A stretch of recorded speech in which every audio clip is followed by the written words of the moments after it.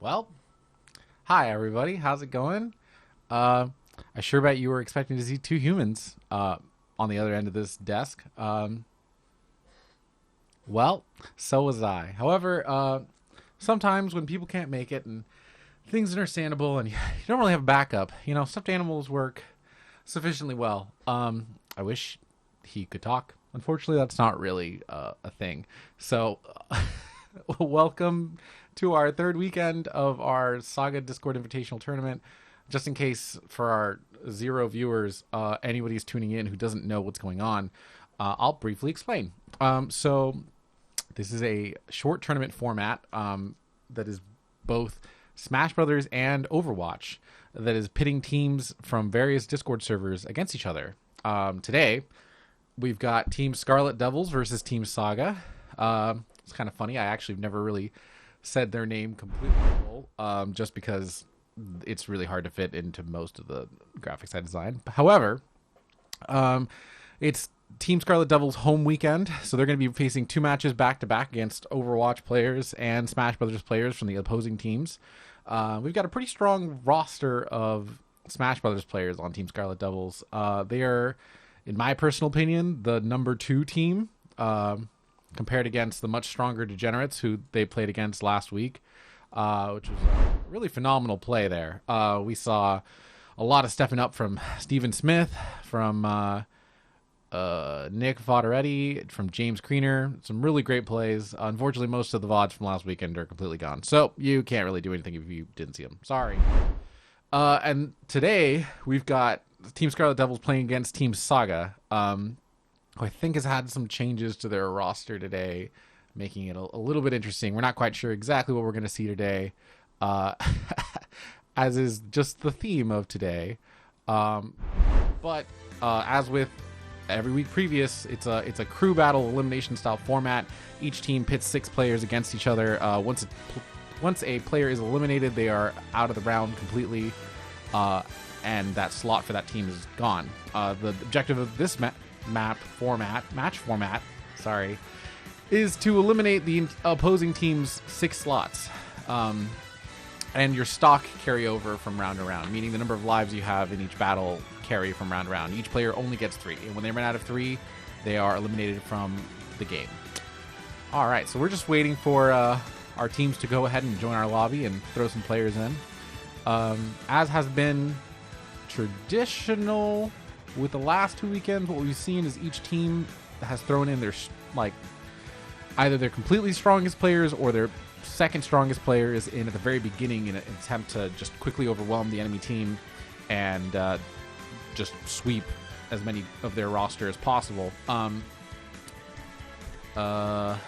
on.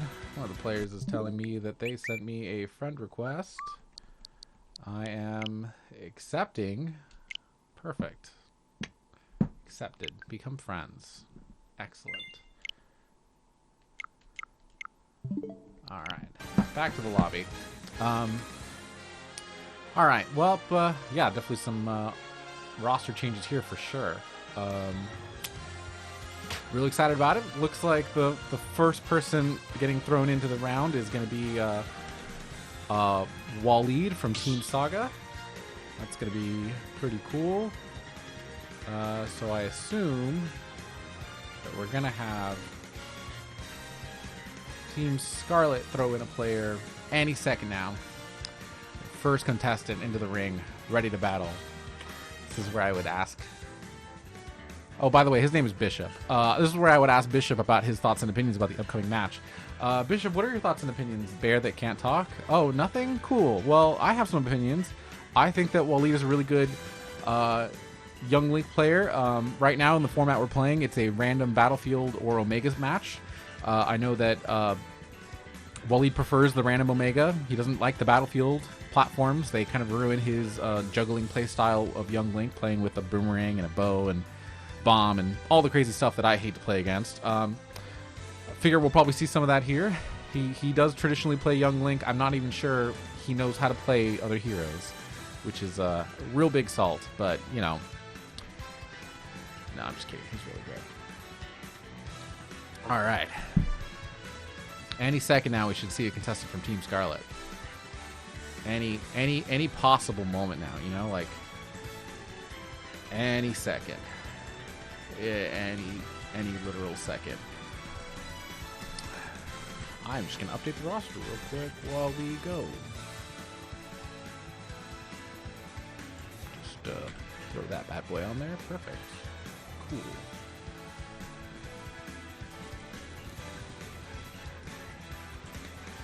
Anybody should be joining from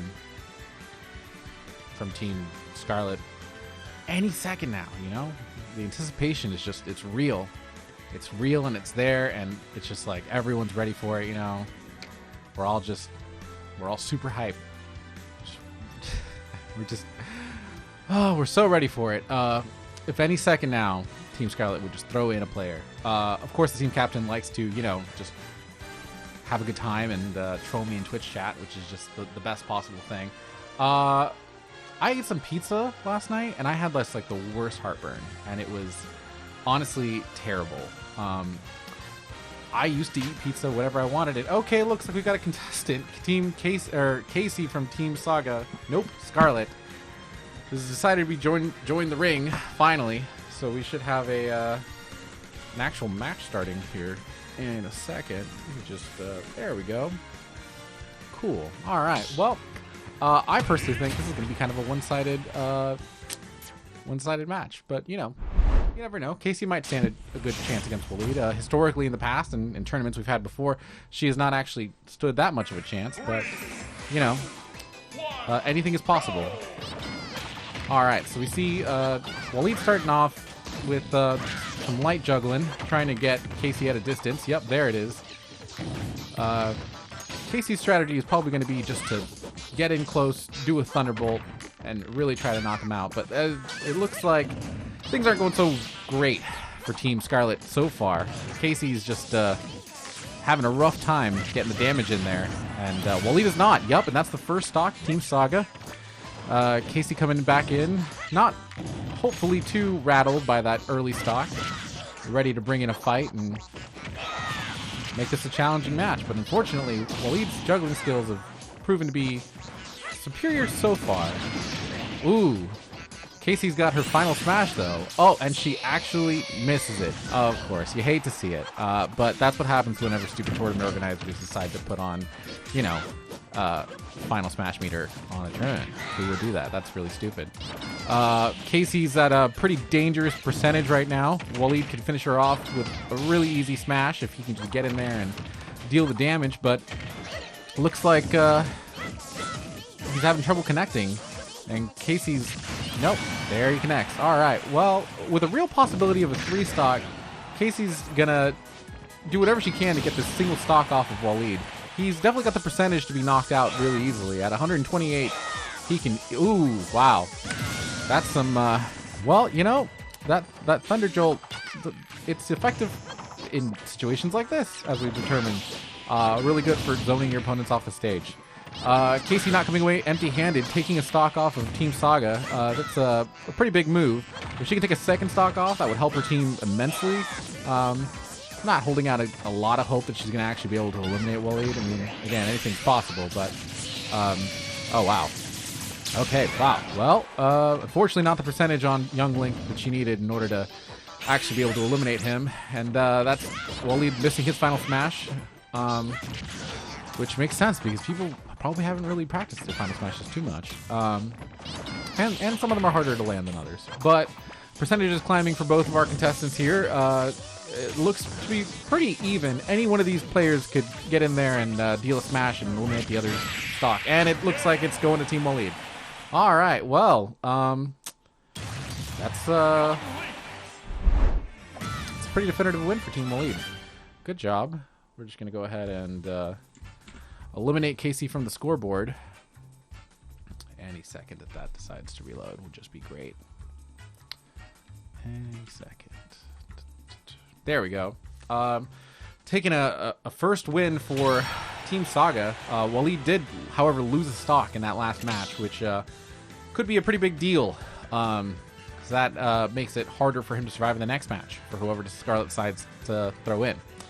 Be an interesting matchup. Walid could be eliminated fairly early, and I think he's one of the better players on Saga's roster today. Not exactly sure who they're fielding. Could be literally anyone. What do you think, Bishop? Yeah.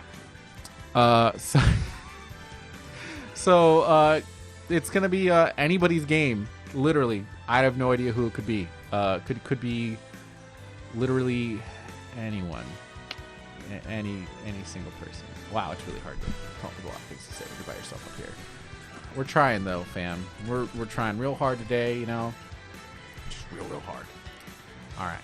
Any possible second now, we should be seeing someone from Team Scarlet be thrown in.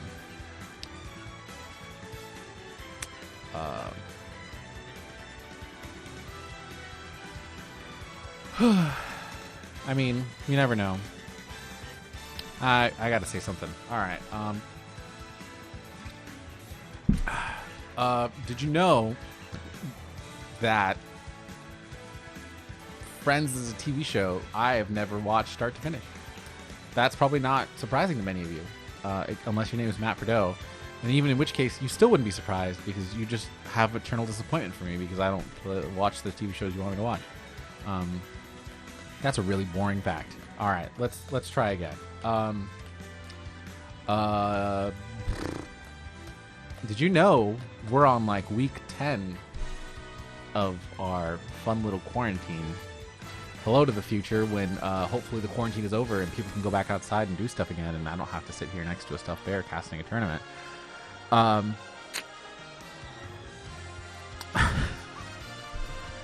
Any second now, Team Scarlet will throw an opponent into the ring, and we'll be able to continue on to our next round. Here's a fun, interesting thing. Team Scarlet, their home weekend being this weekend, is on their last legs for the tournament. There's a finals match next weekend, and Team Scarlet needs to win at least one of the two segments today.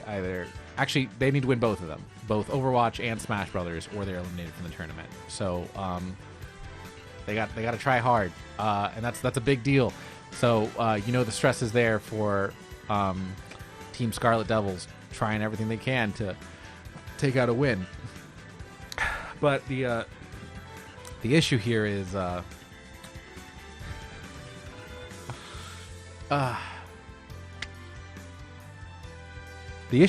so far it doesn't look like they've brought the meat to the table. It doesn't seem like they've brought the bacon to the train.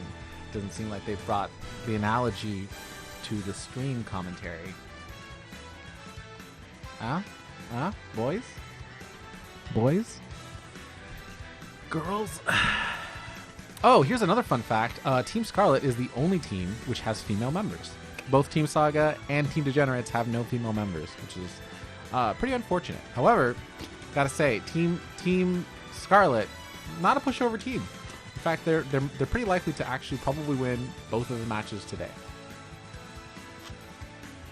If they can bring their game up, they are a better Overwatch team than Team Degenerates, probably, and a better Smash team than Team Saga. All right, looks like we finally got a contestant into the ring.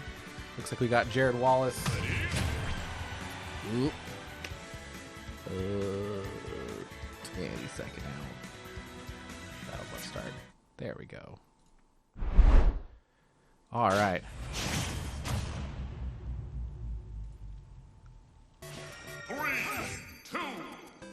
Okay, so Walid's going to have to remove one of his stocks to match up to the game state at the end of the last round. And now they're going to go ahead and start. Looks like Walid got the favored map choice that he wanted. He got the Omega stage, which he can use to juggle pretty effectively if he can just get his juggle combo going. But Ike, the character that Jared's playing, is a pretty heavy hitter who likes to get up close, deal a lot of damage, and whack him out of the stage. And it so far seems like Team Scarlet with Gered really having the advantage here. The close quarters combat completely just decimating Walid's strategy. He's having a hard time not only just staying on the stage, but also just, avoiding his opponent's attacks. Although it looks like the percentage is climbing up here for Gered, getting dangerously close to the point where it could be anyone's stock. Ooh, you hate to see it. Wow. That's brutal. Well, you know, sometimes it just happens that, you know, you make a move and you completely fall off the stage. But Gered manages to at least take another stock off of Walid, getting it one step closer to the end of the match. The good news is that Gered already had the stock advantage going into the map. So, oh wow, okay. With that final smash, that could be something big. However, definitely not the damage percentage there. Ooh, and the counter. All right, final smash is going back and forth. Lots of pretty graphics. And the smash. Okay, well now it's somewhat more even. Both players with one stock. Gered coming into the match with an advantage, but losing it pretty quickly. If he can just get one good smash attack off on Youngling, on Walid, that could be big, and he could eliminate Walid after only 2 battles, making a pretty sizable stop for Team Scarlet from getting, you know, swept by a single character. Both players wanting it pretty bad, I can tell. Seriously, a hit from either of these could really knock them out. They're really high percentages. Gered wisely not falling off the stage this time with his own attack, but Walid's having trouble recovering back to the stage, and this could be pretty dangerous for him. Ooh, and the miss! Oh, and yeah, you definitely hate to see it. You hate to see it for sure. But that's how it goes sometimes, you know? Sometimes you get eliminated. And Walid is remaining at 1 stock. Having knocked out 2 opponents, he's going to be going into the last match. With only 1 stock. However, it's still a big deal being able to knock out that many players consecutively by yourself. Not a small thing. Now it's up to Team Scarlet to field a 3rd player, hopefully in any attempt to stop Saga. I mean, we've seen people go on 1 stock for longer. It's been a crazy heck of a tournament. But you know, truly anything is possible here. Can Walid sweep 3 players in a row? Will he be eliminated immediately at the start of the next map and just lose his stock? You know, these are all questions that I can turn over to my bear. Yeah, he can't say anything. All right, well, it looks like we're going to go ahead and go into our next match instead of watching my stupid antics, which is truly for the best for everyone. And it looks like it's going to be Young Link versus Byleth. Junji, the Team Scarlet player, is actually a pretty good Byleth, so this should not be a pushover match even slightly. This should be quite the challenge. If Walid is able to make it, taking any stocks away from Junji, that'll be a huge win. But we really don't know if that's going to happen. Alright, well, they're starting off strong. Looks like both players trading some pretty good blows. No real advantages yet.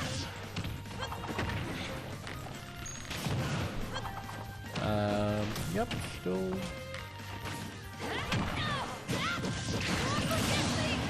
All right. Well, looks like Walid was able to take a stock off of Junji, which is a pretty big deal because he's still the first player on the roster from Team Saga, and having taken 7 stocks by himself is no small feat. Looks like they're going to have quite the advantage going into the rest of the match. Even if Walid does lose here, that's still really bad news for Team Scarlet.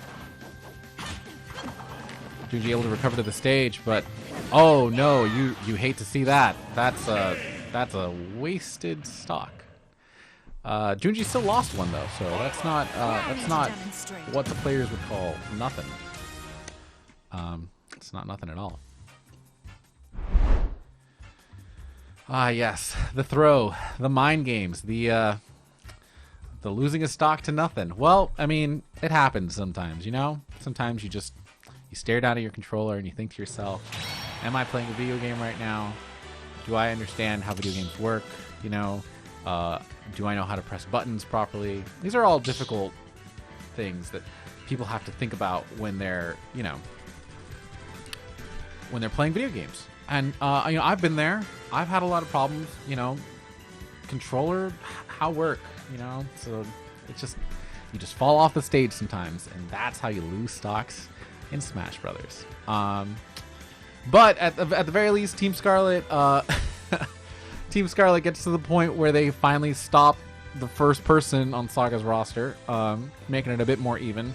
Scarlet having 4 slots left, and Saga having 5 slots left. Looks like they've thrown in their next player, Christopher Bailey, who is a pretty good player. For anyone who knows the lore of our tournament series, I guess. Weird thing to say. You know that he's absolutely destroyed me many times, including on my birthday, much to my chagrin. And that's just, super unfortunate, but that's also just the way it goes. You feel me, fam? You don't feel me. Sometimes you lose on your birthday to your friend who wipes you, and that's just the way it goes. I would love to see Chris Bailey probably get destroyed, if possible, in this match. Junji, Jonathon, Mako. Because Scarlet really needs to catch up. I mean, just completely, they got the disadvantage here, and they need that win. What do you think, Bear? Perfect. All right. Well, me and my caster here are real casting cohort here. We're really excited getting this next match. Looks like Chris has chosen Captain Falcon, which is one of my favorite characters. So it's pretty exciting that this is what he decided to do. I'm really excited to see this match. All right. Shutting down the Falcon Punch. It's a really hard move to get off with Captain Falcon. Arguably really cool when you get it off, but when you don't get it off, it sucks and leaves you open. Fun taunt there, just to have a good time. Not really sure exactly what's going on here, but it definitely looks like the players are playing video games, so that's good. Looks like Chris, generously donating his stock to Team Scarlet in an attempt to try to even the scales. And that's really nice, heartwarming play to see from 2 competitive teams. Taking it easy on each other, just having a good time. Being friendly about it.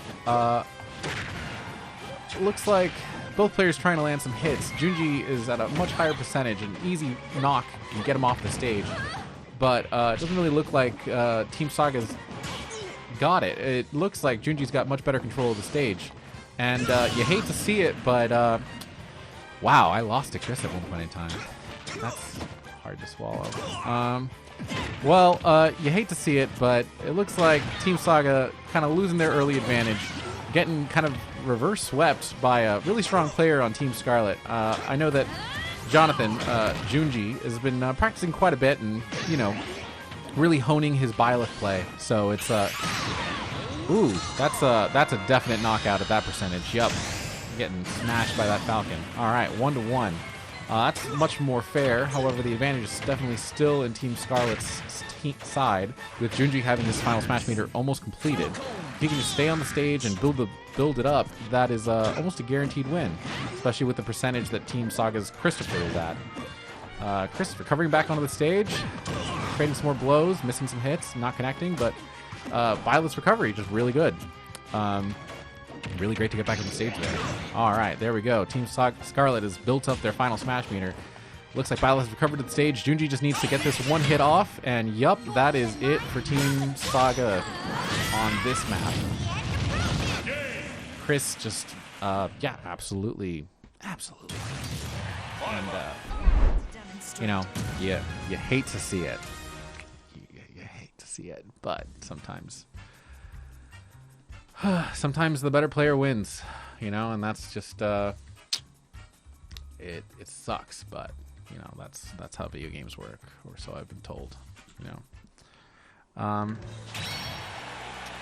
Well, it looks like Saga has lost all of their early momentum. It is now back down to 4 slots for each team, getting to be a much closer map. Arguably, Scarlet's strongest player, the eponymous Scarlet, still hasn't even hit the battlefield yet. So if Team Saga wants to capitalize on this win, they're going to have to throw somebody in that can really seriously play the game really well and, do some damage, as they say, in video game land, where they play video games. I'm a really good commentator, guys, for all 3 of our audience members. Just waiting to see who Team Saga throws in next. Should be pretty good. You know, I mean, they've got a roster of pretty good players, so it'll happen. It'll be great. It looks like they've thrown in Cory Addington. I can update a scoreboard really quickly. There we go. All right, and I think he's one of their less experienced players, which may or may not be a problem depending on how you see it. He's really only got to take 1 stock off of Jonathon, just 1 stock off of Junji, and then, you know, they've got the advantage again. The question is, can he do it? Can he take the 1 stock? That's the question we're all dying to know here, you know? What do you think, Bishop? You think you're excited to watch some more Smash Brothers games? Me too. I'm super excited. Let's get into the next match. All right.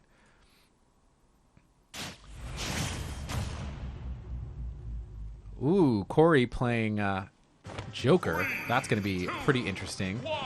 Junji's going to have to remove 2 stocks. Cory's going to have to not attack him while he does that. 1 more stock. There we go. All right, Team Saga starting off this map with the huge advantage. Cory just needing one stock away from his opponent to take the advantage. But you know, Junji's not a bad player. If he can 3-stock Cory, that puts him in a really good position to, you know, reverse the advantage back onto Team Scarlet, which is truly what they needed after their first 2 players' performance. Both players playing pretty carefully.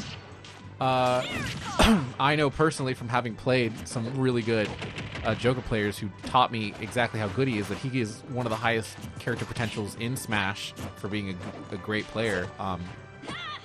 Not necessarily sure that Cory knows how to utilize him to that extent, though. He's got his Persona mode now. That's a thing behind him because he's taking enough damage. That increases the damage of all of his moves, which could be big if he could just connect one. Oh, there's one. That's a good one. Both players at a higher percentage now. Byleth's great recovery coming back in there again. Looks like it truly could be any player's stock here, but Junji is much more desperate to get the stock. Leave a bit more of an impact on his team. Any second now, if he could just get it. But looks like, oh man, both players managing to dodge and avoid attacks left and right at the most crucial moments. Truly anyone's stock here, if anyone could just connect and attack. Kind of a mistime there from the edge guard. Manages to recover though, because it doesn't look like Cory's been able to really get a heavy smash attack off yet that will be able to knock Junji off the stage. Ooh, the down spike attempt. The misses. Okay, so Junji gets 1 stock off of his opponent. That is great value. That is exactly what you want to do when you come into a match with 1 stock. You just want to be able to get something. Being able to carry it all the way and 3-stock your opponent is great, but at the very least, he's come to do what he needed to do, and now he probably doesn't have to play as carefully. He does have his final smash meter though, which could be big, and he actually connects it, which is unfortunately just going to do just a good bit of damage, not actually going to knock the opponent off the stage. His percentage just isn't quite there for that. But it looks like Cory was able to get his smash meter in return, which again, if he could just land it, that would be big. He would finally put a stop to this phenomenal player on Team Scarlet. But yeah, it doesn't look like he's practiced with that too much, so he didn't really know which direction that was going to go, and he just whiffs it, which is really unfortunate. But yeah, Junji's just he's going for it. He's recovering back to the stage. Yeah, Cory unfortunately just not. Maybe he doesn't have the player knowledge, but he's just not really making the smash attack to connect. And even then, wow, Byleth's probably still going to recover. Nope, that's finally enough to knock him out. All right, well, wow, cool, that's good. Junji, Jonathon Mockel, eliminated from Team Scarlet, putting Saga back at the advantage again, although Cory did unfortunately lose a stock in the process. What can you do, you know? What can you do? You can play the game better, yes, that is truly, that is an option. However, it's not necessarily an option for all players in this tournament, just some of them. Just something. All right. Well, that's 3 slots eliminated from Team Scarlet and 4 remaining on Team Saga. They've got the advantage, and that knocks out one of Team Scarlet's best players, Jonathon Mockel, Junji. So now we've got to see who Team Scarlet's got left. Arguably, they've got 3 really good players on the bench. They've got Jonathon Mockel, Junji, we just saw. They've got Zarek as Z-Emo, who hasn't come out yet at all, and Scarlet, who is the team captain of Team Scarlet, who also is a phenomenal player, arguably the best on their team. This is a really hard roster for Team Saga to come up against. Even though they've got the advantage right now, I'd say that it maybe isn't necessarily in their favor. I still think Team Scarlet is favored here, and it really just depends on who we see next, you know? All right. I'm gonna just quickly adjust some stuff in the background, guys. And set that up for the next scene. See, normally I would have someone else talk while I do this, so it's not quite as boring, but unfortunately it's just your boy up here. Just your boy. Doing what he can, you know? And sometimes that's really all you can do. That's really all you can do. Your boy. Well, any second now, we should be seeing somebody from Team Scarlet enter the arena. Who's it going to be? You know? Could be Zarek. Could be Scarlet. Could be Austin. Oh, wow. Okay, so it's actually the man himself, Scarlet, joining the arena. That's going to be pretty interesting. The point where they've decided to throw their best player onto the field. I have a feeling this is going to be some disaster for Cory. Not quite sure if he's ever scrimmed against Scarlet Mewtwo. Maybe he has, maybe he hasn't. Who knows? But it would not be at all surprising to me if Scarlet does not lose a stock in this upcoming map. He's just that good. The real question is, who's he going to pick? As someone who's scrimmed against Scarlet myself many times, I can tell you that he can pick like from a roster of about 12 players and not lose on any of them at all. Single stock. So let's see how this goes, huh, Bishop? Let's jump right into it. All right. Really excited here to see this match. Scarlet Mewtwo playing Falco, kind of an interesting pick. Maybe a bit of a troll pick. I don't actually know. I'm not familiar enough with Super Smash Bros. To understand who is good and who is bad. But I guess Scarlet will show us. Players not really attacking each other, which is fine, you know. Maybe this is just tech I don't understand. But it doesn't really seem like Scarlet is going on the offensive. It just kind of seems like he's avoiding attacks or blocking. Or he's just being very careful. I don't know. Either way, not a whole lot has happened just yet. You know, what's funny is I was sitting here talking up Scarlet Mewtwo as a player, but I haven't really seen anything so far yet that would show that anything that I said so far is true. Cory managing to get quite a bit of damage off of Scarlet. It is pretty even right now, though. Not really in the smash range just yet. Although that'll definitely do it. That will definitely put... Yep. Well, Team Scarlet and Scarlet himself definitely having the advantage here in this map now. Only one stock left to go, and he's not really at a dangerous percentage where he really has to worry about getting knocked off the stage just yet. Addix has quite a bit of a hill to climb if he's going to take any value out of this map and take a stock away from Scarlet. You know, and make this match not just a one-sided knockout. But honestly, haven't seen anything quite yet I think is too crazy. Ooh, that is brutal. Well, that final smash at that percentage is definitely a knockout. That's a loss of stock from Team Scarlet, which you hate to see it, considering how much work he's going to need to do to knock out Saga's roster. But that's where it is. And really good words and talking and commentating. We got this, Bishop. We got it. Okay. Both players attacking each other with greater ferocity than we saw at the beginning of the match here. Cory probably emboldened by having taken a stock, feeling like he can actually, like, you know, deal some damage on what we thought to be a pretty untouchable immortal player, but clearly is definitely not the case. Looks like Scarlet was able to get his final smash, which could be big if he lands it. Not sure at this percentage that Addicts would be able to survive. Being pretty careful about it, though. Trying to psych out his opponent, probably. Not quite show exactly what he's going to use it. And looks like it misses, which is, boy, that's rather disappointing, but it is what it is. It's the thing I keep saying over and over. All right. So the question is, can Scarlet perform the final move to knock out his opponent, or will Addicts somehow take 2 stocks from Scarlet, which, in my opinion, would be crazy, considering how many times I've lost to him. But, you know, maybe Scarlet is just actually bad at this game. It's hard to tell. Or he's trolling. You never really know. Sometimes people don't really take it seriously. And this is a pretty friendly tournament, so why would you? Okay, all right. Well, looks like Scarlet comes out with the win there, knocking out Cory, losing only 1 stock in the process. Had enough already? Which is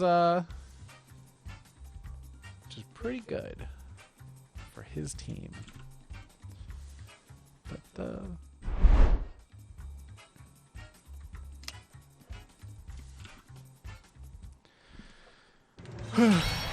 all right. Well, there we go. Tides have turned up a little bit.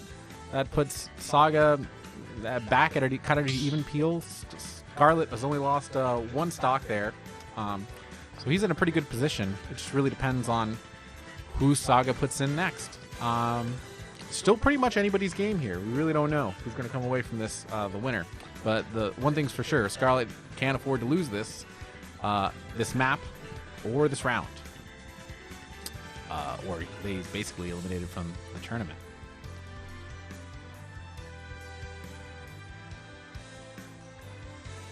Chad, I believe it was just 1. Pretty sure that's the only 1 taken off. I mean, I guess we can go back and check later and see if somebody did something wrong, but I'm fairly certain it was just the 1.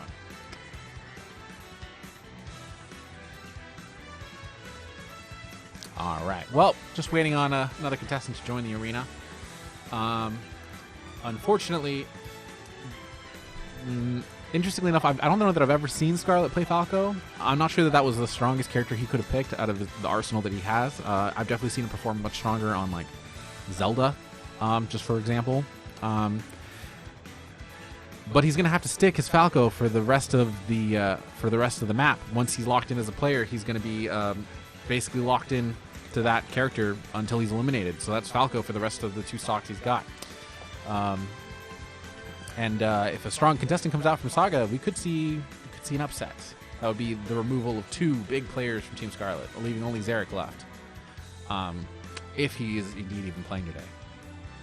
But we don't really know. We're just going to wait. Just going to wait.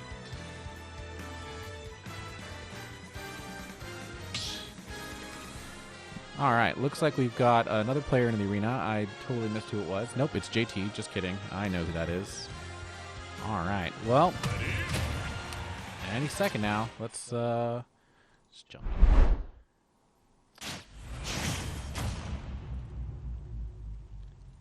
Okie doke. JT's Ganon versus Scarlet's Falco. JT's Ganon able to deal a lot of damage with his attacks. He's quite a heavy hitter there. Able to deal just an unfair amount of damage to Ganon and really knock his opponents off the end of the stage. That's somebody who's had to play against him several times. Could be big if JT could just land on the stage and actually deal some damage. But unfortunately, it looks like that's not really quite happening. Scarlet so far hasn't taken any damage yet. Pretty strong defense. And JT's getting juggled by the much quicker Falco. Ooh, both players playing risky on the edge of the stage. Scarlet down spiking.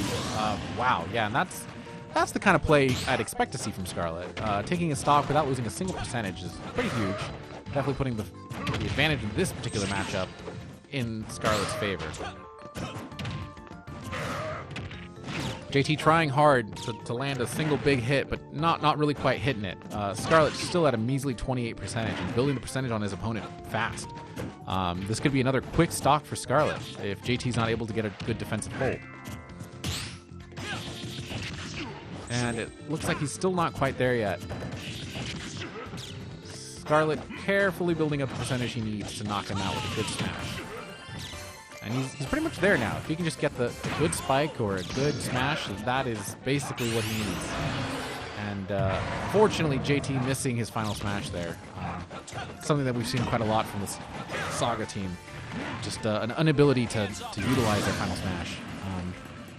All right, that's Scarlet coming into this next stock. Still looking pretty good. Finally in a percentage range where he's, you know, vulnerable and dangerous to a smash attack, although with how heavy that Ganondorf can hit, if he can just get a single attack off, that would really truly be it for Scarlet, which would be exactly what Saga needs to knock out this player. But unfortunately, it looks like Scarlet's able to get his final smash attack, and at that percentage, that's probably going to knock out JT. Yep, and there it is.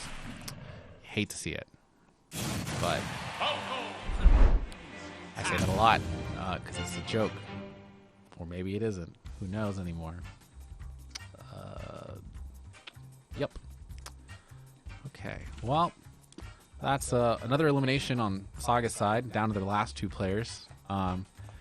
So far, not like spectacular play from Saga yet. Not like they haven't had like a super crazy heavy hitter yet who's like really, truly, you know, posed a threat to the enemy team that can be eliminated easily. Unfortunately, JT getting 3-stocked is pretty painful. But it does happen, especially when you play a quicker player against a much faster player. All right, Team Saga throwing in what I think might be one of their strongest players, Jeff McGuire. Nope, can't type fast enough. Just gonna... there we go. Jeff McGuire, keep typing while gameplay rolls. Okay, so this actually should be a pretty good match. This should be an even one. Blarg on Team Saga, Jeff, the Blargest man himself. Usually a Samus player, but playing Ridley, so still in the same game family, which must give him special secret powers, just being really good at Metroid games. He's a pretty phenomenal player. Never seen him really play Ripley though, so not really sure. Ridley. So not really sure exactly how this one's going to go. So far, it looks like Scarlet isn't going to be able to take an easy win off of this one.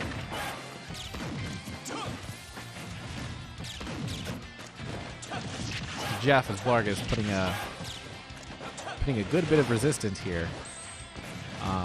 Both players at a good percentage to be knocked out now. Scarlet could lose one of his last two vital stocks here, and it looks like he almost does. However, his recovery is just a little too good. Nope. And that's, wow, it's a powerful hit there from Ridley. Team Saga catching their feet. Unfortunately, at the percentage that he's at with the final smash meter, that is definitely a for sure stock. Evening it back out to 1-2. Both players needing to do a lot of work for their team. Scarlet already having done quite a bit, but if he can defeat Jeff, that is huge for him. On the same token, if Jeff as Blarg can finally knock out Scarlet, that's one less thing to worry about on the enemy roster. But both players playing pretty aggressively, trying really hard to, you know, make a big impact here, but it looks like besides a couple defensive blows, we haven't seen anything quite huge just yet. Neither player at a really a knockout range. Ridley, I believe, does have some moves that, even at this range, are hit heavy enough to really knock out an opponent, but we're still not quite there yet. Getting closer. Edging towards that danger zone. 60 and up. All right, and it looks like Jeff gets there. Just one. Oh! Ouch! Ouch! You actually do hate to see that. That is rough. I guess we can go back to that real quick. That accidental down spike that just wiped him out. If it indeed happens here, I think. Yep, there it is. That is, wow, that's brutal. You hate to see that. That is just a complete miss. Oh, and looks like Jeff trying really hard to get, ooh, he can get it if he just gets one attack. If just one hit or touch onto Scarlet, and that is it for Scarlet on this team roster. But if Scarlet, by, you know, on the other side of the corn, gets this stock, then he goes into the next match with completely refreshed stock, so that 166% just goes away. Will he be able to do it? Who knows? It's definitely not in his favor right now. But he's playing at the top of his game. This is more of the kind of gameplay we expected to see on his first match. Looks like he's really coming online here. And there's the knockout. Wow. What an electric match, ladies and gentlemen. That is, that's pretty big. All right, so Scarlet Mewtwo is eliminated from the roster. Good games here, ladies and gentlemen. Good games, big games. You know, we're all happy to be here. We're all happy to be seeing some really good plays. That's what we're all about. You know. All right, so now, unfortunately, we've got Scarlet abdicating his spot in the arena, passing the torch on to another person on his roster, hopefully trying to make some big impacts here. Looks like, confusingly, JT, who's also on Team Saga, is joining, which is strange. But, you know, whatever.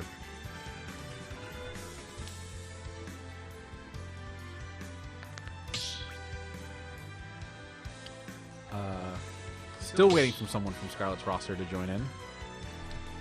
Could be any second. You never really know when these players really decide to join in. It just happens when you least expect it. Personally, I'm thinking we're either going to see Austin or Zarek. The skill level between those two is quite huge. I'm getting audience requests to kiss the bear. I'm not sure why. I'll give him a handshake though. Good job. You're a good bear. Thanks for joining me on this cast and stream when no other humans would. It means a lot to me. All right. Wow. Seeing a surprise deep cut here from Team Scarlet. Looks like the next player they're going to be throwing in is going to be Tontung. Sorry, Tontu. Just kidding. I know how to say names properly. Usually not a Smash player. I think he even famously said he would not play in the Smash section of this tournament. But I think that Team Scarlet is just, they're out of reserve players, and whoever they had that, you know, could potentially fill this slot probably isn't here today. So Tontu is a backup coming in here against Jeff, who is not a pushover by any stretch. So this could be a pretty one-sided match for Team Saga. Just really depends.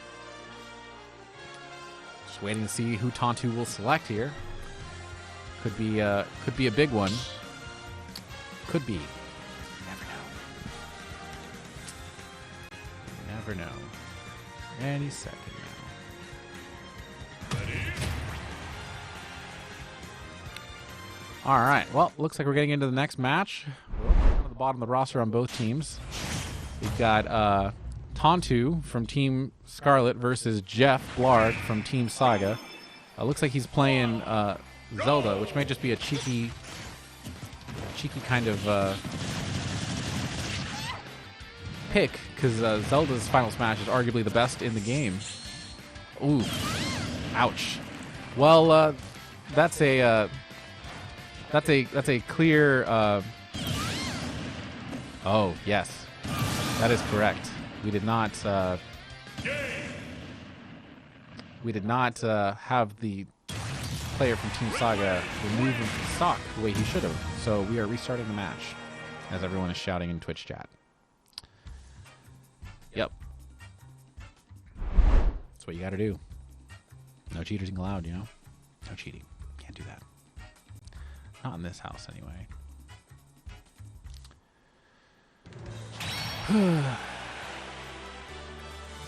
You hate to see it. Cheaters. It's the worst. But it can happen. Alright, jumping back to what should be the proper game. with Jeff correctly removing the number of stocks that he lost previously.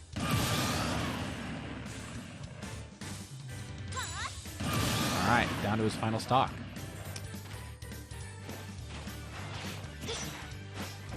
Okay, so we've got Jeff's much more experienced Ridley versus Tantu's much less experienced, but hoping to get a cheap kill Zelda play, which could be huge. I think Tantu's objective here is just to get a single stock off of Blarg. It may or may not happen, folks. It may be a 3 stock. You never know. I would probably put it at 3 stock.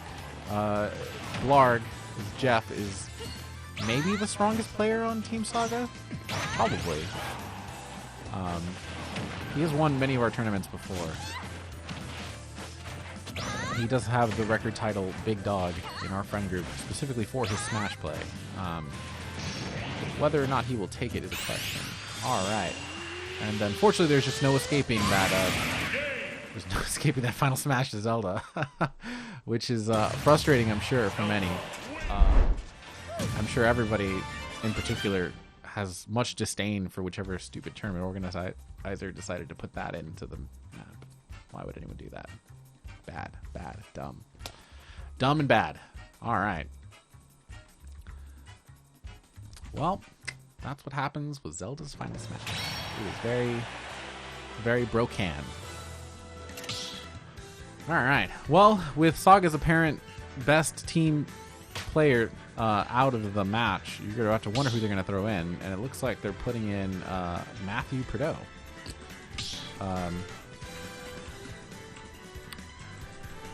Which I'm not going to say Matt's a bad player, because he's a pretty good player. I'm not going to say Tantu. You know, it's actually pretty even. Who knows? This is truly anyone's game here.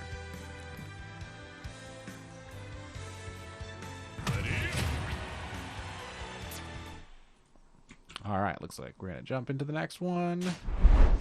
I think I updated those right. We'll see when the players come in if their team tags are correct. And it looks like they are. Good job, me. Alright. So, Tantu's got to remove 1 stock, and then the match can start. The final smash is in play. If Zelda can build hers and the other player is at a high enough percentage, that is disaster. There's just basically no avoiding Zelda's final smash. So Matt as Duck Hunt usually does a really good job of juggling players and keeping them off the stage with his many projectiles. And it looks like that's his strategy here today, just not to let the enemy player even land on the stage. Reflect from Zelda, which has the potential to really stop that projectile play. Both players just, trying out the movesets real quick. And that's another stock off of Scarlet. As the last player left on Team Saga's roster, Matt really needs to win here. If he can take that last stock without losing any percentage, it could be a rather big play for him. Unfortunately, there is just no escaping Zelda's final smash, but he wasn't at the percentage where that was lethal enough to matter. And it's going to be a while before Tantu can build that final smash again. So that gives Matt quite a bit of time here to build up the percentage he needs to smash Tantu off the stage and move into the final match, which I'm sure we all want to see here.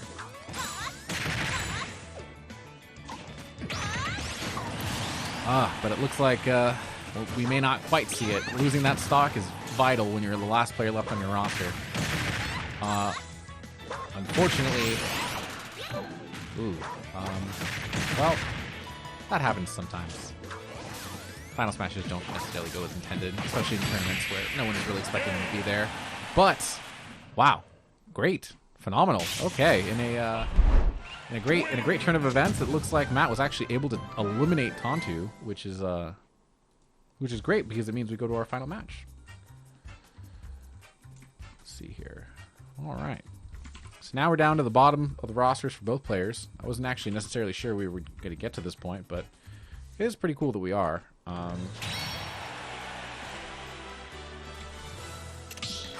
All right. So that makes it so that Team Scarlet's got to throw in the last player to knock out whoever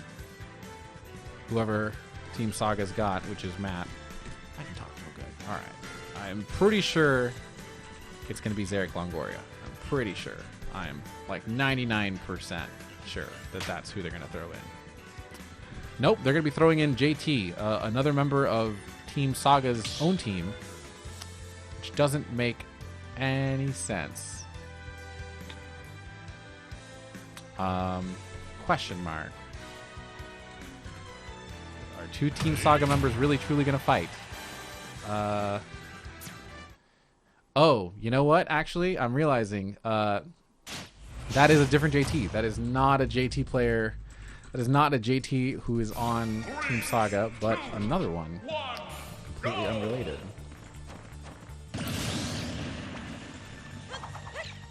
Okay.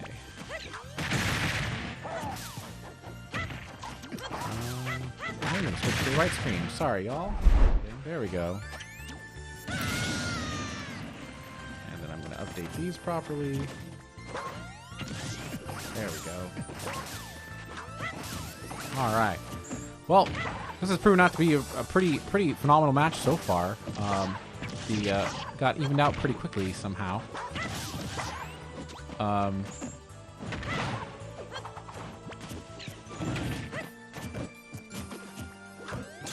Why did he SD? Why did he die?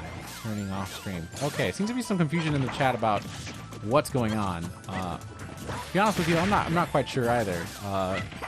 It looks like we're at an even playing field in stock, but it looks like Matt's about to get his stock removed. Yep, and there it is. All right. So going into the final match, it looks like we've got Matt with 1 stock left, JT with 2. If Matt can somehow take it and eliminate both stocks from JT, that's a win for Saga. That is quite the hefty ask, though.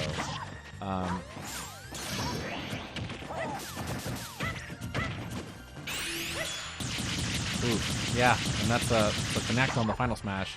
I don't know that eliminates. Nope, it does eliminate. All right, okay. Well,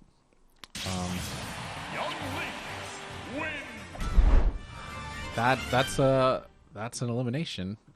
Team Scarlet takes the win, eliminating Team Saga, which is about what I expected. Honestly, it came down much closer than I thought it was going to come, but that's still great news for Team Scarlet. That's the first win of 2 wins they need today in order to actually continue on to the finals, or have a chance to do it.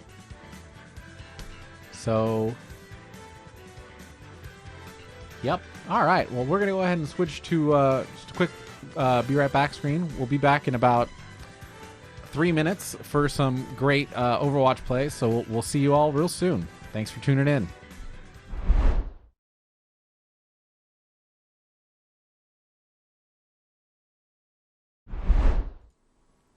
Hey, gang. And we're back. Well, that was a pretty fun set of matches there.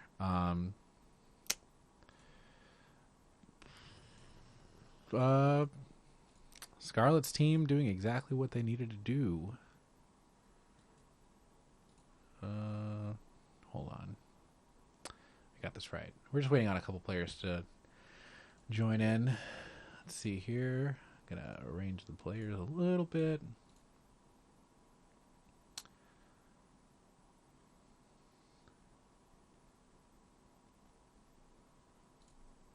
Looks like we almost have everybody ready to join. The other person we do not have is we do not have another human caster, and unfortunately, that's just the way it goes sometimes. You know, I mean, you can't always have humans when you need them. Sometimes you just got bears. And while I was expecting someone at some of this point, you really got to say sometimes you don't get anyone, and it's all about lowering expectations. Like I said, it's all about lowering expectations, you know, and just coming to accept that sometimes help is never coming, and you got to do it by yourself, and that's okay. I'm here to cast another set of games with you guys by myself, you know. It's good. It's a good time. It's a good time, fam. It's a great time. So take a look at our board and our maps coming up for today. So we've got Kings Row, our first hybrid map, and then our assault map, Paris, our control map, Ilios. We got Rialto, which is an escort map, and then Busan, which is another control map. And it should be pretty good. I know that both teams probably scrimmed on these maps a little bit, and had some good times, but both teams should be pretty adept at both of these. Looks like we're just waiting on one player from Team Scarlet to join. It is about 3 o'clock in the afternoon, so all players should be awake. But some people just don't understand alarm clocks or commitments or time. So it looks like we maybe just taking a quick second here while we're waiting for someone to join Team Scarlet to complete their 6, so we can get started with the last half of today. Boy, I sure hope that Scarlet's got somebody on his team he can pick. Be very disappointed if he didn't. But life's all about disappointment, folks. Better get used to them. What can I talk to you guys to entertain you while we wait? I don't know. I'll take some suggestions from Twitch chat. Our 3 viewers, if you're there, feel free to like, comment, and subscribe. Shout out to our not sponsored Topo Chico that I drink every single time we stream. All that good time. We don't actually have sponsors. Just kidding. There is no Topo Chico sponsor. As cool as that would be.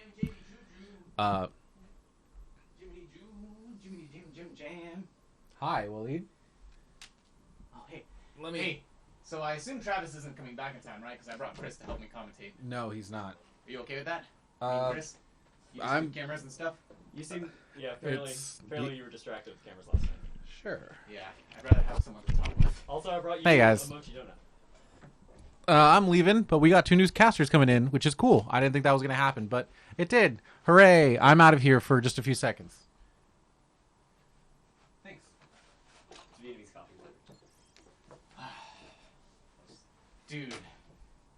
Feels bad, man.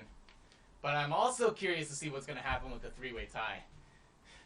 Have you thought about it? Y'all played like fucking garbage. I played alright. I took 7 stocks. Sit down and talk to the camera. Don't talk to me. I don't give a shit. You're shit-talking me. Talk to them. What's going on, everybody? This is the slow tunes okay. of me and Walid. Wow, Jamie, rude. Twitch chat thinks you're rude, bro. So rude. Calling us garbage. It's me, 7 stocks. Call me 7. That's what's happening. The bear has had to take sure you wanna remove a the emotional scoreboard? break. No. It's the mustache guy. It is the mustache guy. What's going on, Monotone Echo? I don't like how much I can hear myself. You'll get used to it. It takes like a couple minutes. Jamie, could I be a bother and have some water? Because I forgot my bottle. That'd be great. I'll just have regular, flat. Yeah, flat water would be better. Nothing fancy. Thank you, beautiful. Is Leon playing anything? Leon is actually a sub on Team Saga. I asked him to step in today and help us play Smash, but unfortunately he was unavailable. So he is on Team Saga, but just no performances from him yet. Yeah, we haven't seen him at all. Possibly in the finals, which I believe that we'll make it to. But that'd be the only one. We also had Kirby, who wasn't able to make it. Thank you, Jamie. This is very nice. Thank you. Such hospitality. So kind. Cheers. Oh, cheers. Okay, so going into this matchup, we see some roster changes, I'm pretty sure, from Team Degenerates from last week. They got Maj 2702 playing this time. I don't remember this guy. I don't either. of theirs that stick out to me, though, I do remember Meatlug being Yep. pretty ferocious. Yeah, I think his Junkrat was really good, and then Roman Armor was playing Soldier 76 last week. That's that was right. pretty mean. Yeah, that was my nightmare. I think Wassimal, I don't know his actual name. Wassimal? That's James Creener. James James Greener. Yeah, okay, so that guy, I'm pretty sure he's on support. I think he was doing really well. All right, we're just checking in with the captains, seeing if we are ready to begin. Oh, we're ready. So this first one's going to take place in Kings Row, which is a hybrid map. Guess we won't know who is on offense and defense until it actually begins. Yep. So No, looking you at will. this. Team Scarlet's defending. Oh, okay. Team Scarlet is defending. Okay. I honestly think Kings Row is probably one of the best maps in the game. I love this map. It's so well designed.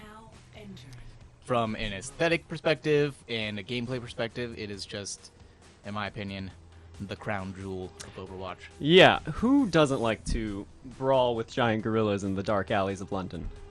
And this map lets me get to live out that fantasy. One of our players lost internet. Can we get a pause?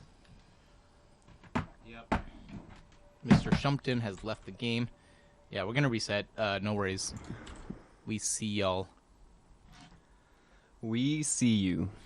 The match actually hasn't started yet, so I think it's possible for him to rejoin, right? Or reconnect? Yeah. It's all good, Ken. I just want to reaffirm if there are any players in Discord or Twitch to leave it immediately, because we will be talking about everyone's lineup. Well, y'all could stay in here for... Thanks, my awesome commentator. You're welcome, Steven. So, I think going into this game, Team Scarlet is slightly favored. I know all of their players play quite a bit of Overwatch, and they have been recently. Actually, an interesting thing I'm noting right now is we don't have Kacie Grice on the lineup. There is no Kit Kat. We got Tron and Skip on what looks to be their support lineup, because I know we had Franny and Scarlet playing tanks, and Junji and Tantu playing DPS last week. Yeah, that seems pretty typical. I wonder if they're saving Kacie and who Tron prefers, because we all know Kacie is a Mercy player actively. Yeah, she has been crushing it on that Mercy the last couple of weeks, so surprising to see the substitution come in, but maybe they have a specific strategy in mind here on Kings Row with Tron subbing in. Maybe there's a specific team comp they want to go with. All right, well, Walid, as another team captain, do you have a prediction on who's going to win this match? It's hard to say without seeing picks here, but I would say that last week when we played against Team Degenerates, they came out the gate swinging, so I'm looking... I would say I would give the odds to Team Scarlet, but I wouldn't be surprised if they underestimate them right now, get caught off guard with that right hook coming out of Team Degenerates, and lose the first map because of it. Interesting call. So who do you project to win it overall? Overall, I would give it 3-2 to Team Scarlet, winning 3 matches, but I think we're going to go to Game 5 here. The question is, can you guys introduce yourselves?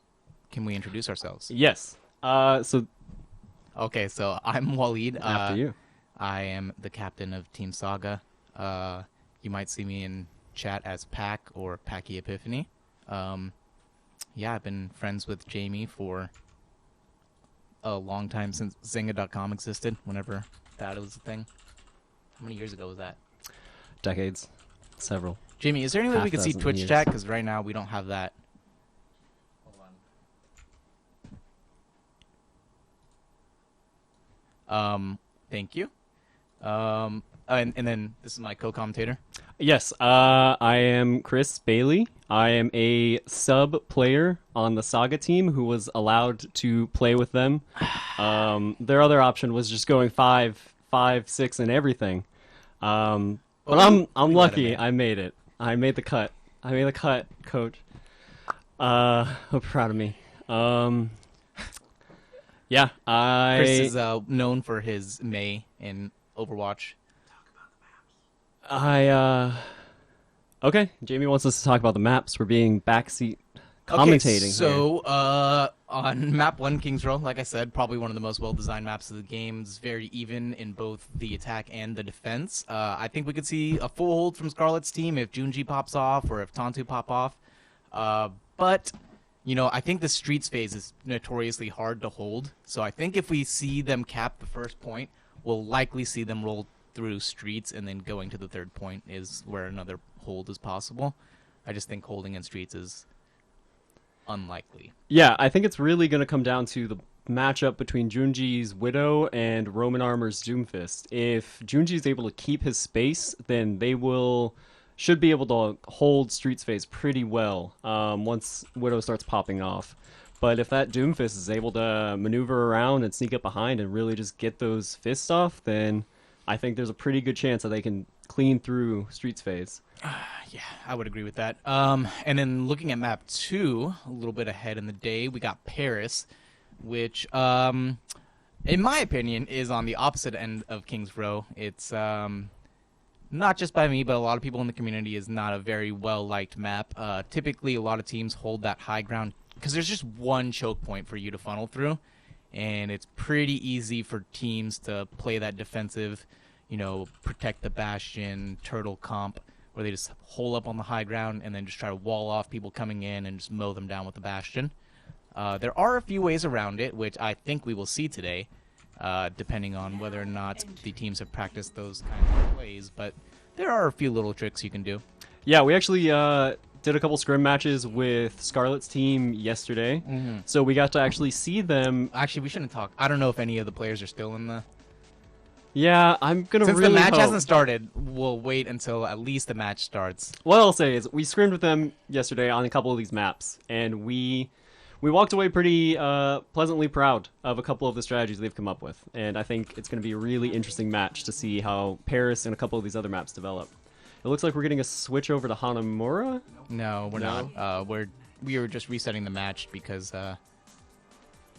the last player has reconnected, and we are about to hop back into King's Row. There we go. All right. All right. Assembling the heroes. Let's see if they kept those picks, if anything has changed in the last couple moments, if any of their players have come to their senses and realized Doomfist is a balanced and fair character. For those who might not know, I think Doomfist is not my favorite character in the game. Unfair and imbalanced. Yeah. I'll leave it at that, you know. That's no point getting toxic on stream, you know. I'll save my one's getting toxicity toxic. for Discord. Yeah, okay, all right. Come and find me if you want to gonna- hear my yeah. controversial The opinions. backstage gossip. Ooh, okay. Interesting Sombra pick coming out here from Team Degenerates. I love to see this kind of move here. Yeah, and we know Wasmo's actually a really good good Sombra. I remember playing against that. But let's see, they switched off the Widow on Scarlet's team, instead running the McCree, which would be a better counter for the Doomfist. Interesting. Okay, so we switched Tantu back on the heels. So what we noticed in the last couple weeks is Tantu was being forced into DPS, but he is actually a support main. So having Tantu go into support and then Tron coming into DPS, I'm not very familiar with Tron. I think that's Tantu's cousin or I friend? think so. It's some relation to Tantu. But the pharmacy here should be clutch. Getting Tantu back on that support should get them some real good throughput. Tantu's known to play really aggressively as well. Yeah, which really plays into the Moira's flexibility.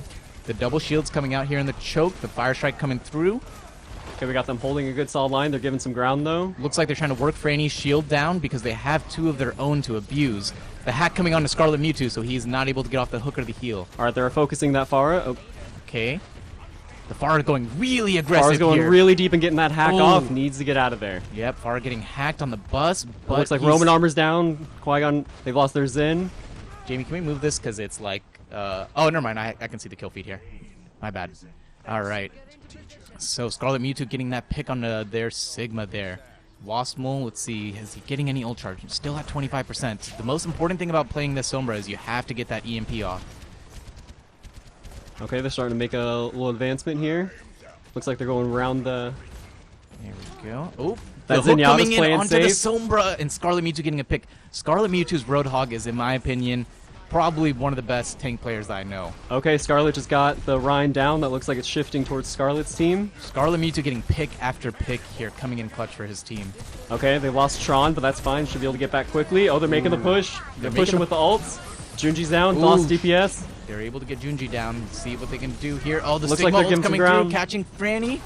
Just Franny. Oh, but it does get the kill here. Scarlet That's it. goes down. I think that's it. And now we're down to just Gered getting gunned down. Yep. So, Team Degenerates here able to Looks like get Tantu's able to get out of there. Nope. 0.8. Didn't let him escape. You know, That's going to really stagger. it is a tough point to hold. So, you know, going down to 2 minutes and 20 seconds isn't too bad. We'll see how they hold up in the streets phase, though. It looks like the big difference was just how quickly Team Degenerates was able to build that ult charge, and they just really came in packing, while Scarlet's team, they've only got McCree's right now, and then they're pretty close to a couple others, but they just didn't have those when they needed them. I would agree. And then we're still seeing that they haven't even used the EMP yet. See James Greener sneaking in behind them, getting some more ult charge here off of Scarlet.